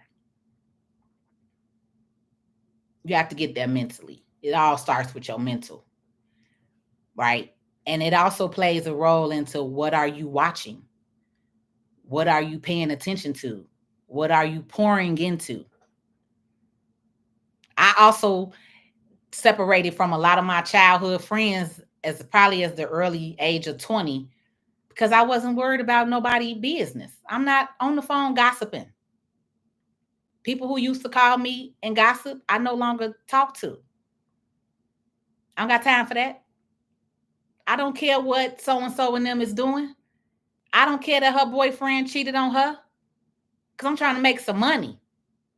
My focus ain't on people and what they got going on in their personal life. So again, you have to do some mental and soul searching and who do you have in your life and who you have around you, which is why I separated from people from so long ago. Because at that time, entrepreneurship wasn't as big as it was today. People didn't understand what I was trying to do. My family and friends thought that I was acting funny because I wanted more out of life. So I had to separate myself. I couldn't go to the family functions. I couldn't go out with the cousins to every club on Saturday because mentally I knew that I was better than that. Not better than them, better than that, better than those activities. Partying every weekend, y'all are celebrating failure.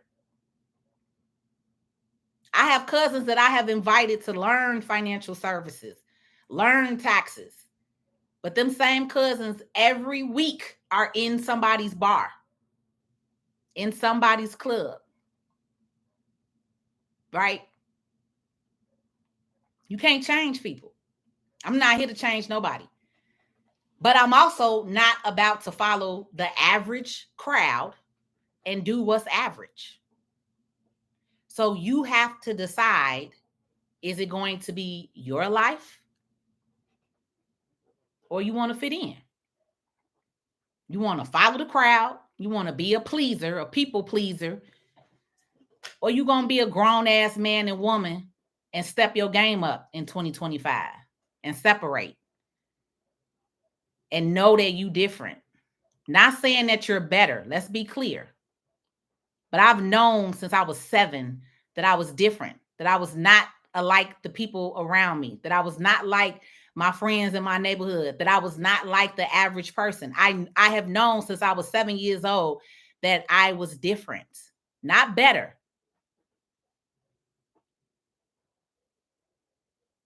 And for years, I allowed myself to go into spaces where people would shun me for wanting to be different.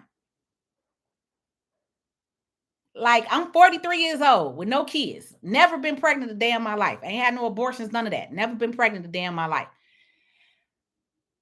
But I have literally had people tell me, like, say something bad about that. That's crazy. So you just want me to be a baby mama out here because you want. Like, you know what I'm saying?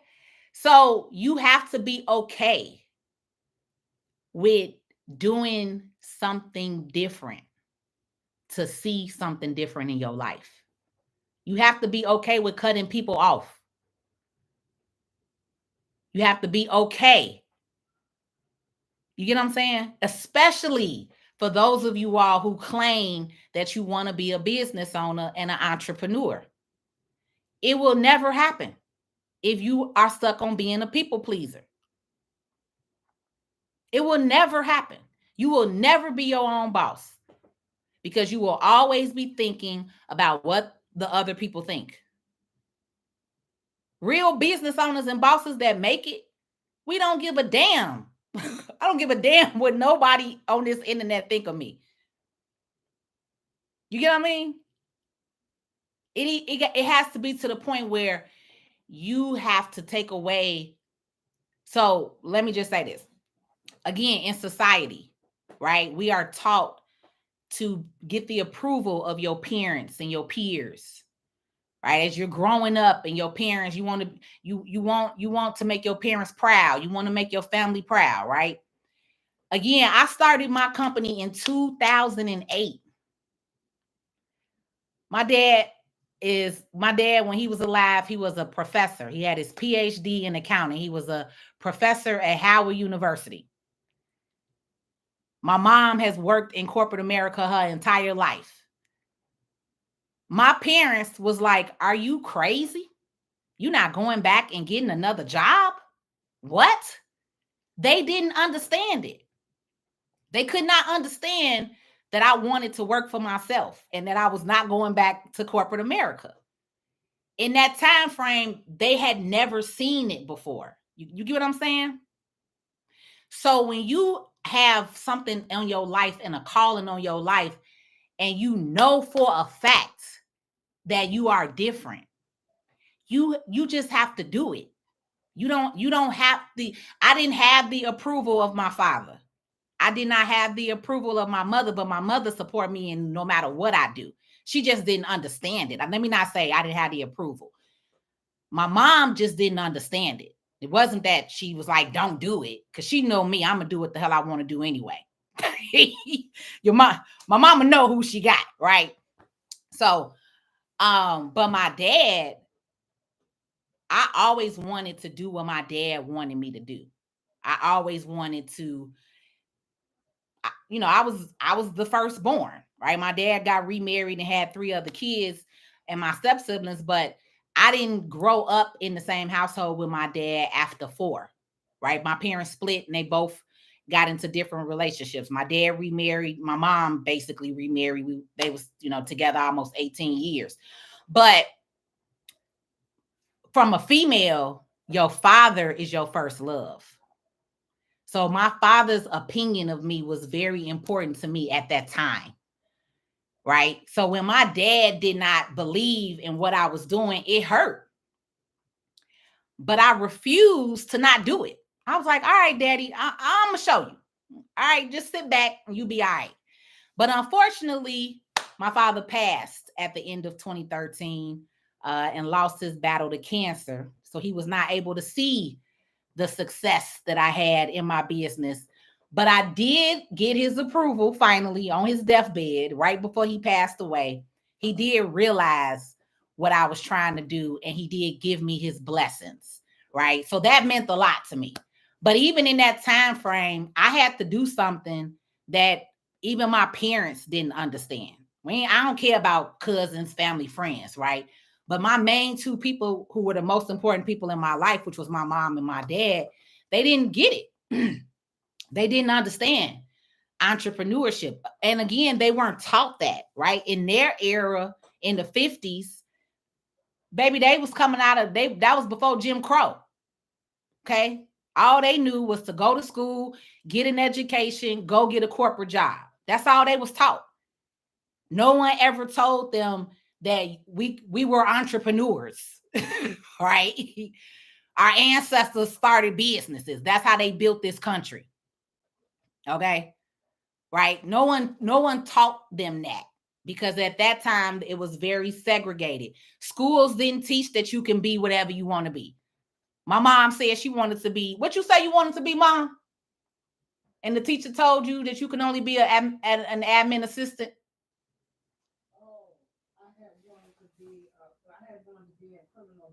Okay, my mom wanted to be in criminal justice. And she told the white teacher, and the white teacher said, no, you're going to be an administrative assistant. So you got to understand where our parents and our grandparents came from. So I didn't take it to heart that my family didn't understand when I said that I'm going to go work for myself, because they never experienced it. It was like an anomaly. You know what I mean? But to be able for my mom to be 71 and for her to be able to experience life through me and what my business has been able to do, I was able to retire my mom at 50. My mom has not worked a job in 20 years, 21 years. She made 71 in September, right? So my mom has not worked in 21 years. This was before I even had the business all the way. My mom got let go the day before my college graduation in 2004, and she has not worked a job since. I have been able to provide for her. That alone, I'm good. If I left this life today, I'm straight, because my mom has not had to work again in her natural life for 21 years, right? I was able to take her on a 30-day vacation. Who takes the 30-day vacation? I was able to give her experiences that she wasn't able to have because of the limitations that was put on their life. You get what I'm saying? I could not have done that if I stayed in corporate America, if I stayed content, if I stayed with being, I don't want to say with being average. I don't want to say that. I could not have done none of that if I didn't move forward the way that I know I was supposed to move forward. I'm going to just say that. So you have to be in a place where no matter who don't believe in you, that as long as God gave you the vision and you and him had the board meeting, because that's another thing. Too many of y'all bring people in and God gave you the vision. You trying to have a board meeting with people who don't belong there. I don't bring people in my board meeting between me and God. My prayer life with God is between me and God. So whatever he tell me to do or I see and envision, then that's what I'm going to do. But then y'all allow the naysayers back here that ain't doing shit with their life. I'm sorry. I got to learn to not curse. All right. But not doing anything with their life. Tell you, well, why you want to do that? Or why you do this? You got all this yapping back here. And you allowing that to stop you from being your greatest that you could be. Because, baby, I am a generational curse breaker around here. Let's be clear. I know who I am and why I was put on this earth. And I also know the bloodline that I came from, because even though my dad did not understand, my grandmother, Viola Louise Duval Stewart, whose blood runs heavy through my veins, baby. My grandmother would have been understanding and okay. Why? Because she was the first African-American teacher in this country to go up against the grain, to go up against the government in 1942 with Thurgood Marshall to the Supreme Court and fight for equal rights and equal pay for African-American teachers. And she won her case. And she has been inducted into the Congressional Hall of Fame for that case. But do you know in 1942 that even though she was helping and doing this for other teachers, the people in the neighborhood, the people in the community, and other teachers shunned her and and stop talking to her. If she was walking down the street, they would cross the street, because that's the lady that's going up against the government. That's the lady that's going up against the grain. That's the lady, oh, she could be lynched. She could be murdered. She could be killed. Yeah, she could have been. In 1943, she definitely could have been murdered or lynched for fighting for what she knew was right. And that is who I come from. That is my father's mother. So when my dad didn't understand that, even though my grandmother had already passed, I knew that I was doing the right thing. So it didn't matter that he didn't get it. I knew that, because my grandmother would come to me, and my grandmother still talks to me and comes to me to this day. And even here in Chicago, fighting injustices, screaming downtown at the mayor, and the aldermen, fighting for our rights again. And you have people on here who will shun me. I have older women who have looked at me crazy because they don't agree with some of the things that we have said and done down there. But you are fighting for people who don't even understand. So when you are living that life, when you live a life of trying to fight for people who don't even get it, you have to be okay with not living life the way people want to see it. You have to be okay with people whispering and talking about you as you walk past, or not understanding, or your family members calling you and thinking and saying that you stuck up because you want more in life, or you think you all that, whatever the hell they want to think. Let them people run their mouth. And when you change history, when you change the generational curses, when you change your family trajectory because you did what you know you needed to do, then it's going to be a whole nother other story. Then they're going to tell everybody they know you. Then they're going to be commenting on your post. Hey, cuz, hate it. Now they want to claim you as their cousin. Because the world sees your leadership. The world sees who you are. Don't allow your little community, your little neighborhood, your little friends and family to limit who you are, because they don't see your value. If I give you any advice on here tonight, that's the last thing that I'm leaving you with. I am who I am because I stand on business about who I am, whether you like it or not. And it's just that simple. I'm not going to change who I am because you think I should be different.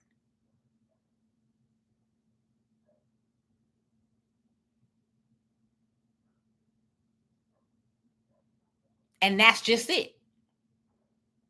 And when you show people the real, the honest, true you, I don't have to get on here and put on a fake and phony facade. I don't have to get on here with 20 pounds of makeup on my face, dressed to the nine. I don't got to do none of that. Even though everybody else will tell you you do. Okay. Real recognize real. Your truth, your honesty, that is what people need to see. That is how I've built my page and my following, because I'm real and I'm honest. And I'm not on here putting on some whack ass facade to get likes. And I'm also not on here lying and scamming to you either.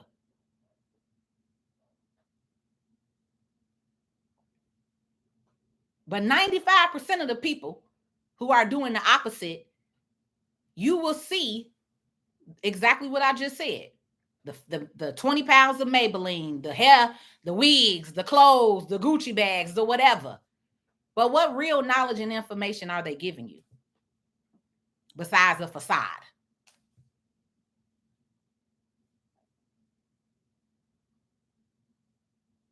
Right? So that's my TED Talk. We are done.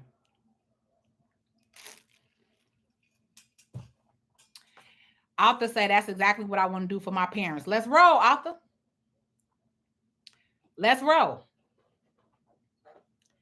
Let's roll. My mom, as long as I am living on this earth, my mother would never have to work a day in her life. And even if I left today, she still would be great. Right? Because it's all set up. So that's the other thing, is when you do get things together, you're going to set yourself up financially to where if anything happens to you, your family will be great. You don't need to be here for them to still be great. Right? That's why we do trust planning. And I'm going to leave y'all with this. Do not lead them kids. If your kids are not financially literate because you haven't taught them nothing, because you didn't know, you do not leave your life insurance money to them kids, because all they're going to do is blow it. Being in financial services for 20 years, this is what I used to see every week at the bank. Right? A parent dies, the kid comes, cleans the bank account out, get the life insurance money. I done seen 50 to 100,000 blown in 90 days. Easy. Easy. Don't do all this hard work and leave your siblings, kids, grandkids this money, and you don't leave it to them in the proper way. So I'm going to leave you with this, which is, once you start getting your stuff in order, trust is where it's at. My grandparents, Viola, and my grandfather, who was a Tuskegee Airman. Okay, we come from some stock around here, baby. Civil rights leaders. Was a Tuskegee Airman, taught me that. When you have a trust, you can control from the grave. All right? That's how you control from the grave. So you don't leave one child the beneficiary and expect that child to pay out your 3 siblings. If you got 3 kids, and I'm telling you this wholeheartedly, because people change when money is involved. You may think that that child is going to get a sibling some money. I've seen it. I have seen it happen over 100 times. One child has access to the account and the money, and they keep it.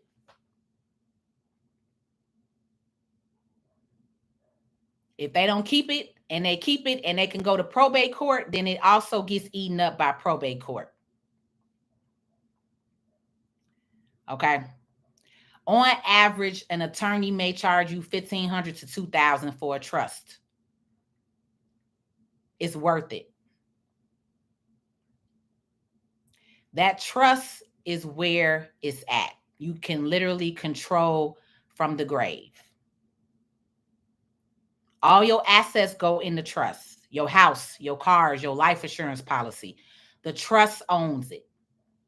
You're going to have a trustee, and you're going to be the beneficiary. Then you can leave it and lay it all out in that document, in that trust document, how you want that money to be spent. So now it doesn't just go to one person, and that person gets to blow it. Especially for those of y'all with multiple kids. Okay? Fathers that have kids here and there. Y'all got, a couple of baby mamas. If you want your kids taken care of, you need to set up a trust. Don't depend on your girlfriend or your wife to take care of your kids, because it don't always happen. It's your responsibility to put it in order if you want your kids to be taken care of and provided for. Leaving your money to your wife and you got, other kids with another woman, it is not your wife's obligation. Even though you think they would, you would hope that your wife would give your kids something, It does not happen a lot of times.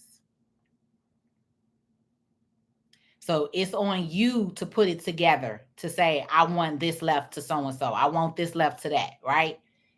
So trust and estate planning is also something that we're going to be heavy with talking about in 2025, because it's so many of you all parents and grandparents who are passing and you all are ending up in probate, which is a horrible thing.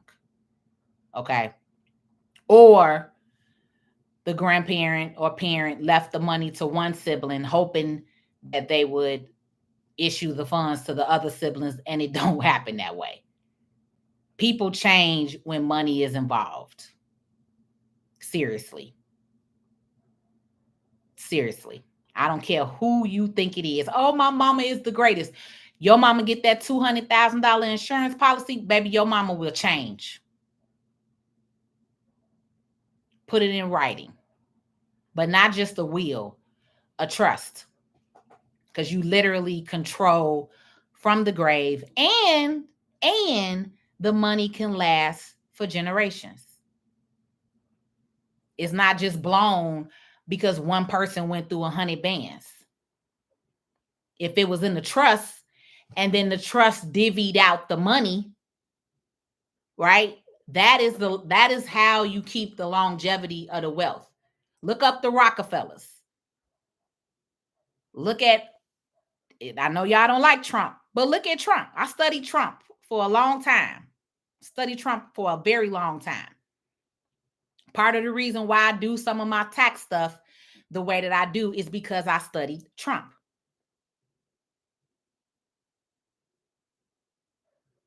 I studied a lot of very wealthy professionals. Let's just say that. Okay. But you have to also look at those things, look at others and see how they built and set things up and how it lasts. Right? Lasts for generations, lasts for 100+ years. You can literally change your whole entire family life by setting up your life insurance policy.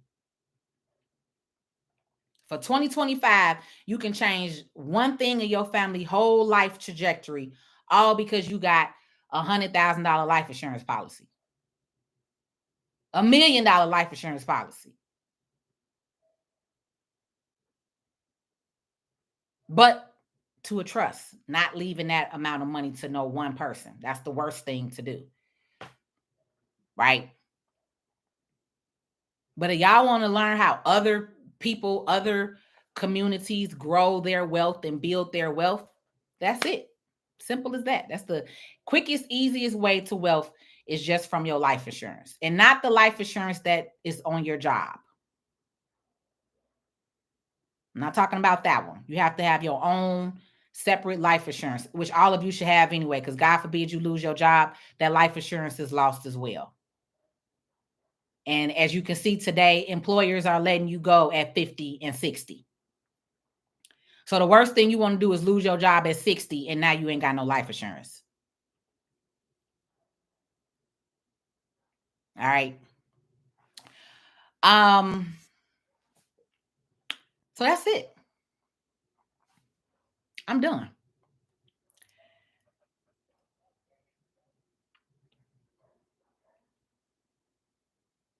I'm just scrolling real quick to make sure I got everybody.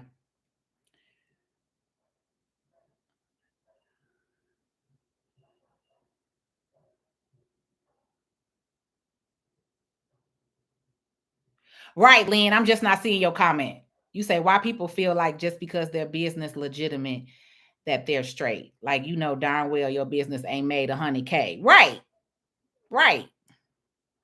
A lot of people, honestly, I don't, my thing is, I feel like people feel like their business is not legitimate. Right? The people that I've come across, I feel like their business, they know that their business is not legitimate.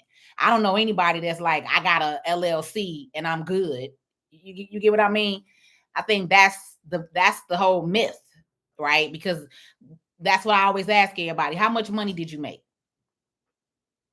What are your numbers? What's the numbers? Right? Like Nipsey say, how much money did you make? What did you gross? If you don't know that, you're not in business.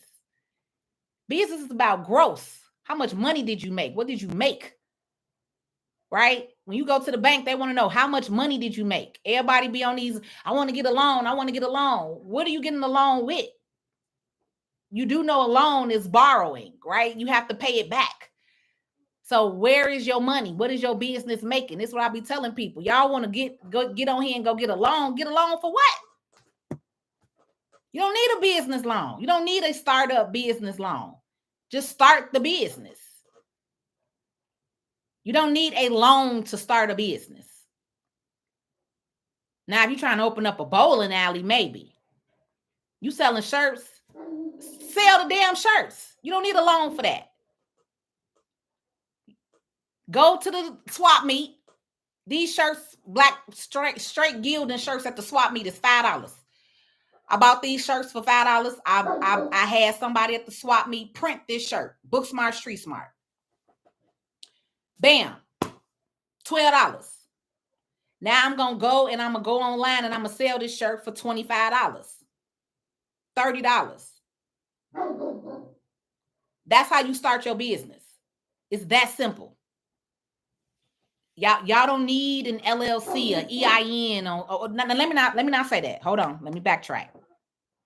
Because depending on the business, you might. Let's be clear. But a lot of you all, when you say, oh, I want to start this business, majority of you, the business idea that you have, you can start it today. Start the business to even see if it's going to make sense to put it on paper. Because if you can't sell a t-shirt, then that means you don't have a t-shirt business.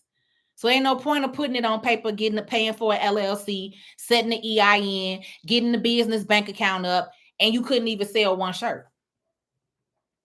Now you know that's not the business for you. Maybe you need to be doing something else. So I always say, start the business. Start where you're at today.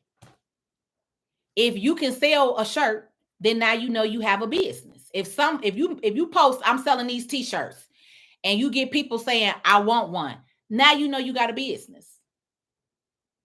If you post this shirt and nobody wants to buy it,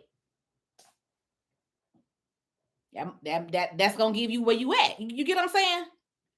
So sometimes y'all be thinking too far, trying to do too much. Start where you at. Start where you at. If you selling drinks, buy them little baggies off Amazon, make you some drinks for the weekend. If you sell out all weekend, you have a business. I had a client, him and his family was selling plates every weekend, selling out. And they asking me, do they have a business? Hello? Yes, you do. You're selling out. You don't have no food left over. You get what I'm saying? You sold 50 plates. Baby, you got a business. You booming. You've been doing this for the last 2-3 months, selling out every single week. How is that a question? You know what I'm saying? And they was like, oh, well, we don't know. We scared to put it on paper. Scared money don't make no money. Y'all are selling out every weekend, Saturday and Sunday, for the last 90 days. Baby, you have a business. That's it. That's how you roll. All right. So I don't want y'all to waste y'all money. That's how you get to the point where you have LLCs that you got for 2 and 3 years and you're not making no money. You see where I'm at? You got the paperwork, but the business ain't working. It don't make sense. You can start a business as a sole proprietor if you didn't know that. It's called sole proprietor. Means you don't need an EIN and you don't need any paperwork. Now, you can get an EIN just as a sole proprietor because you don't want to give your social security number to everybody. You may need to go to the meat market and set up an account. So you don't want to keep giving the meat market your social. So now you go get you an EIN. So now you can get a meat market your social. Now you got an account, right? And then when you're ready, you can go and set that LLC or corporation or non-for-profit. It depends on what y'all want to do. Everybody is not an LLC or a corporation.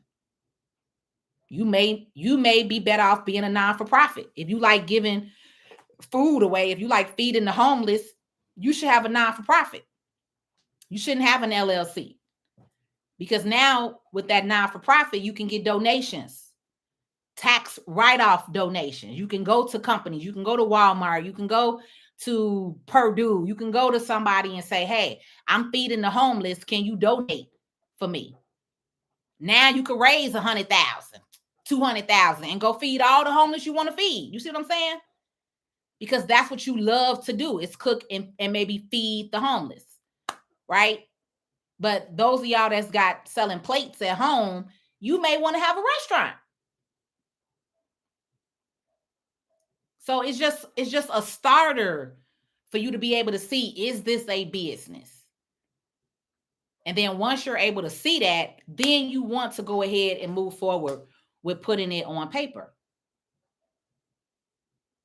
Okay? You get more. You're taken more seriously once you really decide that you have a business. You can then go to the bank and say, hey, I've been in business for 2 years. Here's my business bank statements. We've been doing this amount of money. Can I get this $100,000 loan to open up my restaurant? You get what I'm saying?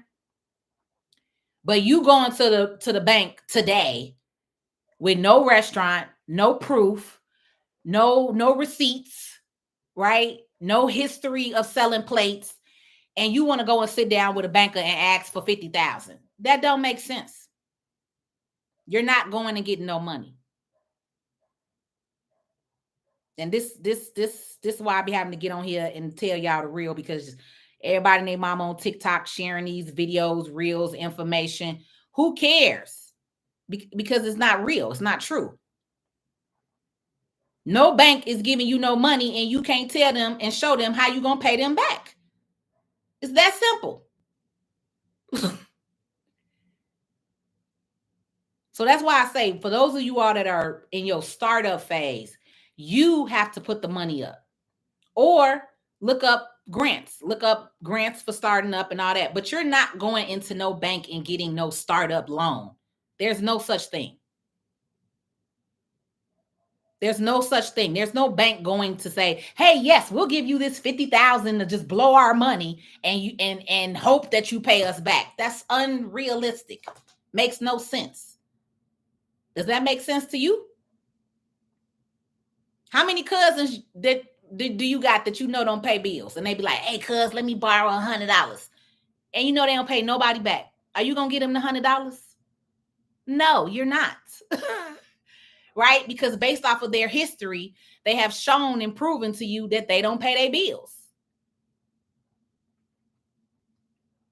It's the same way with y'all with bad credit. Y'all be on here talking about, oh, I got a 500 credit score. What kind of loan can I get? Nobody is giving you no damn loan with a 500. Go fix your credit first. Fix the problem. You got 5 collections on here, 3 charge-offs, talking about, can you give me a loan? Why? Why would I loan you any type of money and your credit report history shows that you don't pay your bills?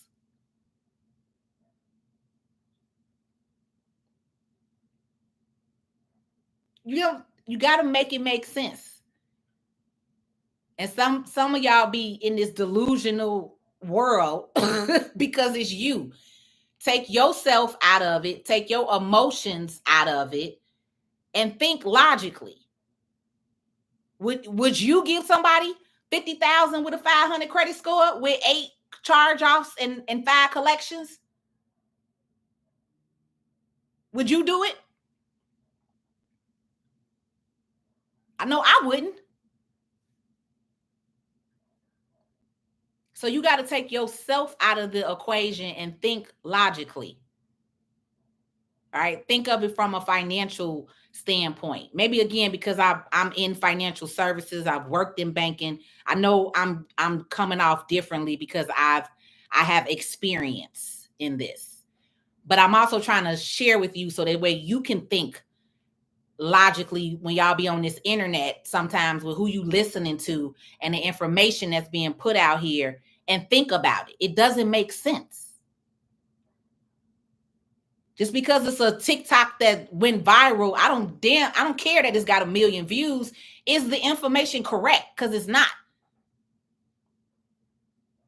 It's a lie. It's a gimmick. It's to get you in a paid program in community or whatever the hell they selling you and teaching you. All right. Is it coming from a real professional in financial services? Or is it coming from some social media guru who think they know some shit? Pay attention to what you are listening to and paying attention to, and who is coming from. What is their experience level? What is their knowledge level? All right, because anybody can get on here and regurgitate a TikTok video. Which is why I ended up having so many people on Instagram following me from making that one comment on a post. A young man made a post about the Navy Federal pledge loan, and I made a comment because the video that he shared was a viral video, but it was wrong. It was incorrect. It was not saying the proper information. So I made on that post the correct information. This is wrong. This is what he said. This was right, and this is what's wrong. And then I broke down why it was wrong. And then I broke down who I am and my experience in this financial services industry, what my knowledge is, what I know. And hell, I done got 100 new followers from that one comment. I wasn't even planning to comment, but the information was so wrong in the reel that I had to comment and say that that's not correct. You know what I'm saying? So unfortunately, with social media today, there's so much wrong information out here. And again, that is the reason why so many of my people, I don't understand that with us. Like, we would gravitate to the most worst information ever, but we would share that 20,000 times, right? But that's again how I know that we as a whole, as a society, have an issue with financial literacy, financial education, financial knowledge on different credit products, services, right? Because the so much misinformation is shared. Those of us who are in this every single day, we looking at that like, are you serious? Are you kidding me? This is viral. This is not correct. This is wrong. But because it's shared so many times and people are gravitating to it, oh, I did it. I hit that. Let me say something to y'all real quick. The hood will have you doing a lot of bogus and dumb shit. The hood. The hood will glorify a lot of bullshit. All the most ignorant scams, schemes, things, the hood glorifies. That's some of this social media world and culture today, which has misinformed so many people. Take heed and be grateful that there are people like me on this planet that utilize our free time and actually share the real and honest information with you. Because in today's society and world, so many people are just focused on collecting the dollar that they don't care how they're giving you this information. And that is mostly falsified and wrong. No real financial person uses words like run the play. I hate that word. Y'all 20-something-year-olds have ruined that word and run the play. Real people in financial services, we don't say no run, no play. Nothing about finances is playing. Nothing about financial literacy is a game. This ain't no joke. This y'all livelihood. When we talking about credit, taxes, business, loan, this ain't a game. There ain't nothing to play about. To me, that's an automatic red flag when somebody gets talking about run the play. Oh, I ain't even listening to you no more. I hate that terminology today. Real people in financial services, whether it's banking, accounting, taxes, insurance, whatever, that's not how we talk. We don't talk like that. So I need y'all to learn on this internet when you're listening to a social media guru, okay, a social media, and when you have an actual real expert, a real expert in their field. It's a big difference. It's a big, big difference. And again, that's what separates me from the rest. I don't have to talk about nobody. I don't have to pull nobody card because ain't nobody on this internet me. Ain't nobody on this internet breaking down shit the way that I get on here and break down. I have no reason to be mad or jealous about nobody. I don't care what you got. Because I know me and I know who I am and what I bring to the table. And ain't nobody on the internet breaking it down how I do. Nobody. So people be like, oh, you, what I'm got to be mad for? I'm mad because you sharing this whack ass information that's not true. You out here talking about, oh, go on Navy Federal at 3 a.m. and you going to get this $20,000 credit card. And y'all be all in the comments, credit. Send me the play. Send me the move. I got approved for the same $20,000 at 9 a.m. Like, yes, can you apply for bank cards in the middle of the night and get an approval? Yes, you can. But is it some ultimate play and move and scheme? No, it's not. It's called, guess what? We live in a robotic system. Half of y'all taxes is filed and processed and approved by a computer. That's what it is. That's what it's called. It's called a computer generated auto approval. They on here acting like they got some special thing that's about to get you approved at 3 a.m. Run the play, and y'all on here buying it like goof troops. No. It's called, that's what happens in banking. It's not something new. It's not some play that somebody's giving you. It's not some PDF that you buying that made your credit get approved for the 20,000. You get what I'm saying? There are systems in place in America. Once you learn these systems, any and all of you all can do it. It's that simple. It's that simple. Which is why I love taxes. Because when people get on here and be like, oh, the rich do this and the rich do that, guess what? I'm with the rich. I don't want to be taxed up the wazoo. I don't want to pay no damn taxes. I want to pay as minimum as possible. I don't have to be Donald Trump or Jeff Bezos to want to do that. I don't understand some of y'all. Is it because you only see yourself living in poverty your whole life? You don't see yourself as being one of those rich people one day? You don't see yourself as being in another tax bracket?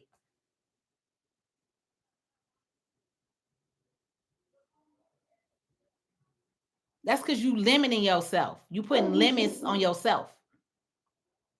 So you can't even see where you want to see yourself. You get what I'm saying? That's why I love taxes. Because the tax laws that's for the rich are actually the same laws that are available to you and I. The rich understand that, and they pay professionals like myself to do it for them or educate them, and that's how they save the money. every single thing that's in that tax law, you and I can take advantage of those exact same things. It's just you're not mentally there. So you're unaware and you don't know. Laws are not designed for rich white people only. Laws are in place for everybody, which is why no matter what color you are, you can take advantage of these tax laws. That's why I love taxes. And when you learn that this American country and system that we live in and what this system was built on, that it was built on the backs of the working people, which is why as W-2 wage earners, your money is taxed before you even see it. You go work for 80 hours, and before you even get your check, they have taken the money up off of you. But see, in business, under business taxes, it's a whole totally different concept. We in a whole nother plan. We in a whole nother field now, right? We in a whole nother other field. Because now, as a business, I get to make my money first, and then I get to write off all of what I used and needed to grow and have this business, and then I pay what's left over. See, if you a W-2 wage earner, you make $100,000, you're taxed about $25,000. So you don't, and that's just for federal. That's not including Medicare, FICA, and state. So if you make 100 bands, you probably bring home 65 to 70 if you paying real taxes, if you paying your real tax bracket amount.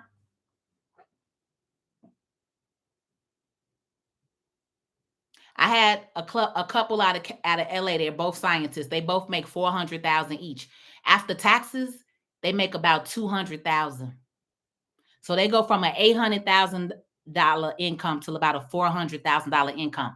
And then some of y'all that's on here in the low income field, you got the nerve to be on here talking about the rich and taxing the rich and all this other stuff when you don't even understand. They are trying to wipe out middle class. So hell no, somebody who making $400,000 or $500,000 don't want to be taxed like that because they're not even bringing that home. That's what you're not understanding. Which is again why I get on here, because there's so much information and y'all don't know none of it. It's so many ways to move your money, put your money in certain things, and build your life to where you are not in survival and struggle mode. And you don't know.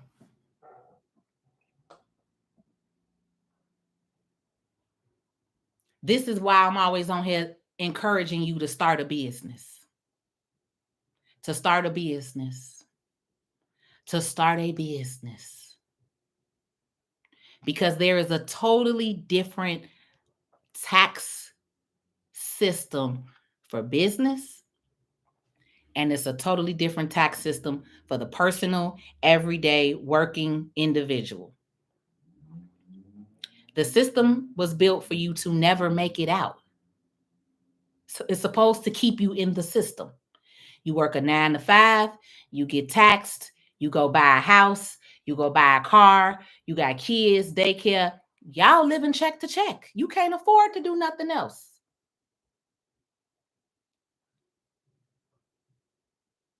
Based on how the system is built. That's why you're not taught credit in school. That's why you're not taught taxes in school. That's why you're not taught financial literacy in school.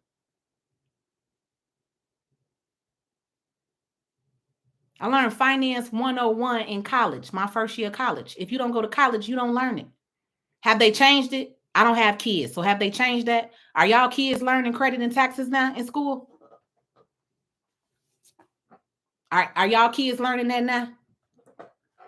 Have they changed that?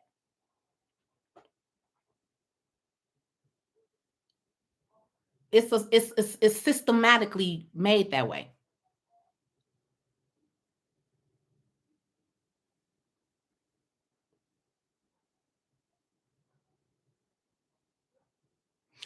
Fix flexing, you say what they mean by run the play, getting rich off of credit and not paying it back, building business credit, then dipping out another LLC and keep running it up, running up, running up. Honestly, fit to flexing, the way that you just described it, is ultimately what happens. When they say run the play, that's what they're trying to say is this is the play, this is the move. Let me show you how to do this, and this will put you on to this, right? But ultimately, most of those people who talk like that, that is exactly what they're doing. They're running the play, getting a credit, getting the accounts, and not paying them. That ain't a move. That's setting yourself up for failure. So that's why I said I don't like that terminology. And when I see people on the internet saying the whole run the play, it make me even look at who I'm talking to, who I'm watching. I when I see people, if I scroll by and they get to talking like that, I immediately leave. Now, I am 43. I know this younger generation, in their 20s, they got different lingo terminology. But I've even shared that with some of these young men and women. I'll go in a message and inbox them and say, hey, are you really in financial services? Because those of us in financial services, that's not how we talk. You get what I'm saying? It's hard when you're trying to educate your community because you got so many people that's already out here scheming and scamming. We have to separate and differentiate. You know what I'm saying? So I need people to know and understand that. That's not how we talk in financial services. Like that's just not it. So yeah, that's what I see. That's what I think that means fit to flexing. and a lot of people that I've seen talk like that, that's kind of what they are. They're not really like an expert in anything to me.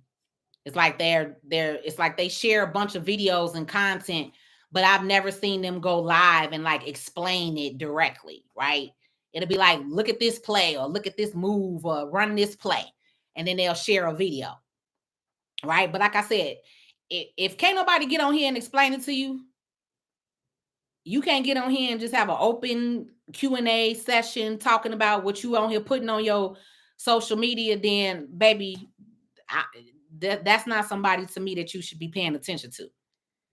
Because if I can't explain what I'm talking about, that's what has separated me from the rest over the years.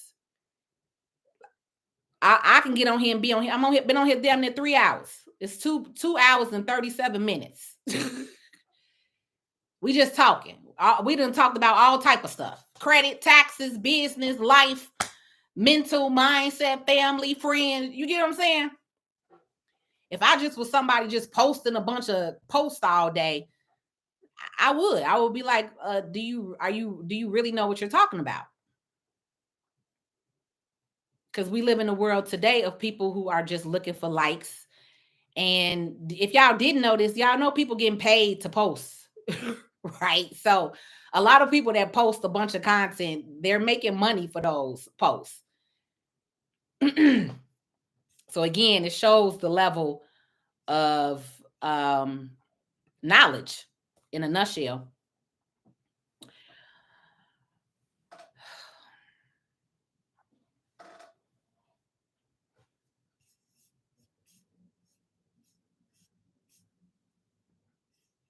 Arthur, you are cracking up too much on here. We ain't running the play, Arthur. He talking about running the play.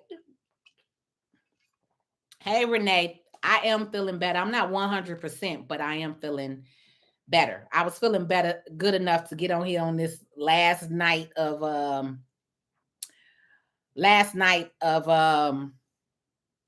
2024. I wanted to share some stuff so that y'all do not go into 2025 with some of this mindset that you got right now. People all fall for whatever. People all fall for whatever sounds good. Yeah, but that's part of the problem though, Corey. Corey said, I'm glad you're feeling better. Thanks, Corey. Yep. Hey, Christian. Christian, I'm big cuz, not auntie, okay? I don't want to be auntie status yet. I'm 43. I think that still qualify for big cuz right now. All right. I ain't auntie yet. I ain't auntie yet. Don't put me up there with auntie, with Mary J. Blige and them. Y'all call them auntie. Look, call me big cuz, okay? But all right, I'm out. Y'all have a good holiday, a good night. Be safe if you out there in the world. Traveling, partying, be safe. I wish you much success this upcoming year in your life and in your finances. And for those of you all who are ready to get into community and learn something new and change your life this year, then let's roll, baby. Because I'm back. I've been down and off the internet these last 6 months. I've gotten a great break that I needed mentally. Mom is back. Mom is doing great. So we are back to it. 2025. We are back to normal, back to services, back to community, back to membership, back to content coming out on YouTube. YouTube, I know I have not been on here with y'all. I have not given y'all no kind of videos, no nothing. I done made about 10 videos this week. I got a lot of stuff coming out. Breaking down taxes, earned income credit, business, all type of stuff. We got all kind of stuff coming out this month for you. So stay tuned. I am Patrice L. Stewart. I am better known as the realist tax and business strategist. I have that trademarked. Okay. I do financial services. I do focus on taxes, business consulting, and business coaching.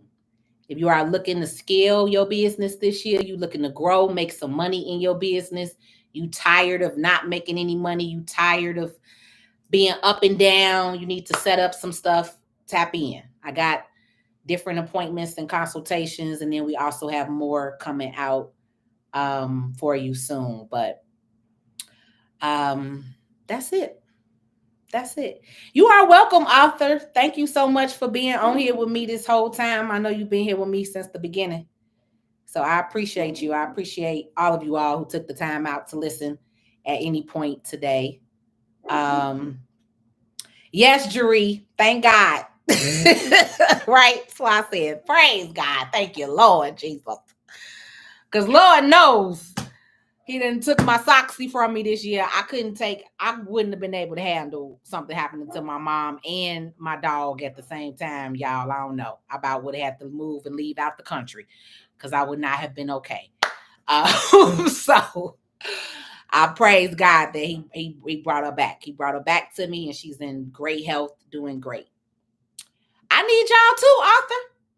Believe me, y'all feed me the same way I feed y'all. I have learned that. So I appreciate you. I appreciate you. My community is why I do what I do. All right. It's literally my community is the reason why I do what I do. I just wanted to check and make sure I answered everybody's question. Happy New Year, Jeree. Happy New Year, Nas. Michelle, you say, where do I sign up for the community? So, Michelle, as soon as I end this live, I'll put the link in the bio. I'm sorry, link in the comment, or I'll come back and comment on your post and put it in here. And then I can just give you the link and you can just join by the link. So like I said, we do have over 30 different modules in the membership now. So when you join, it's already video content in there for you to watch.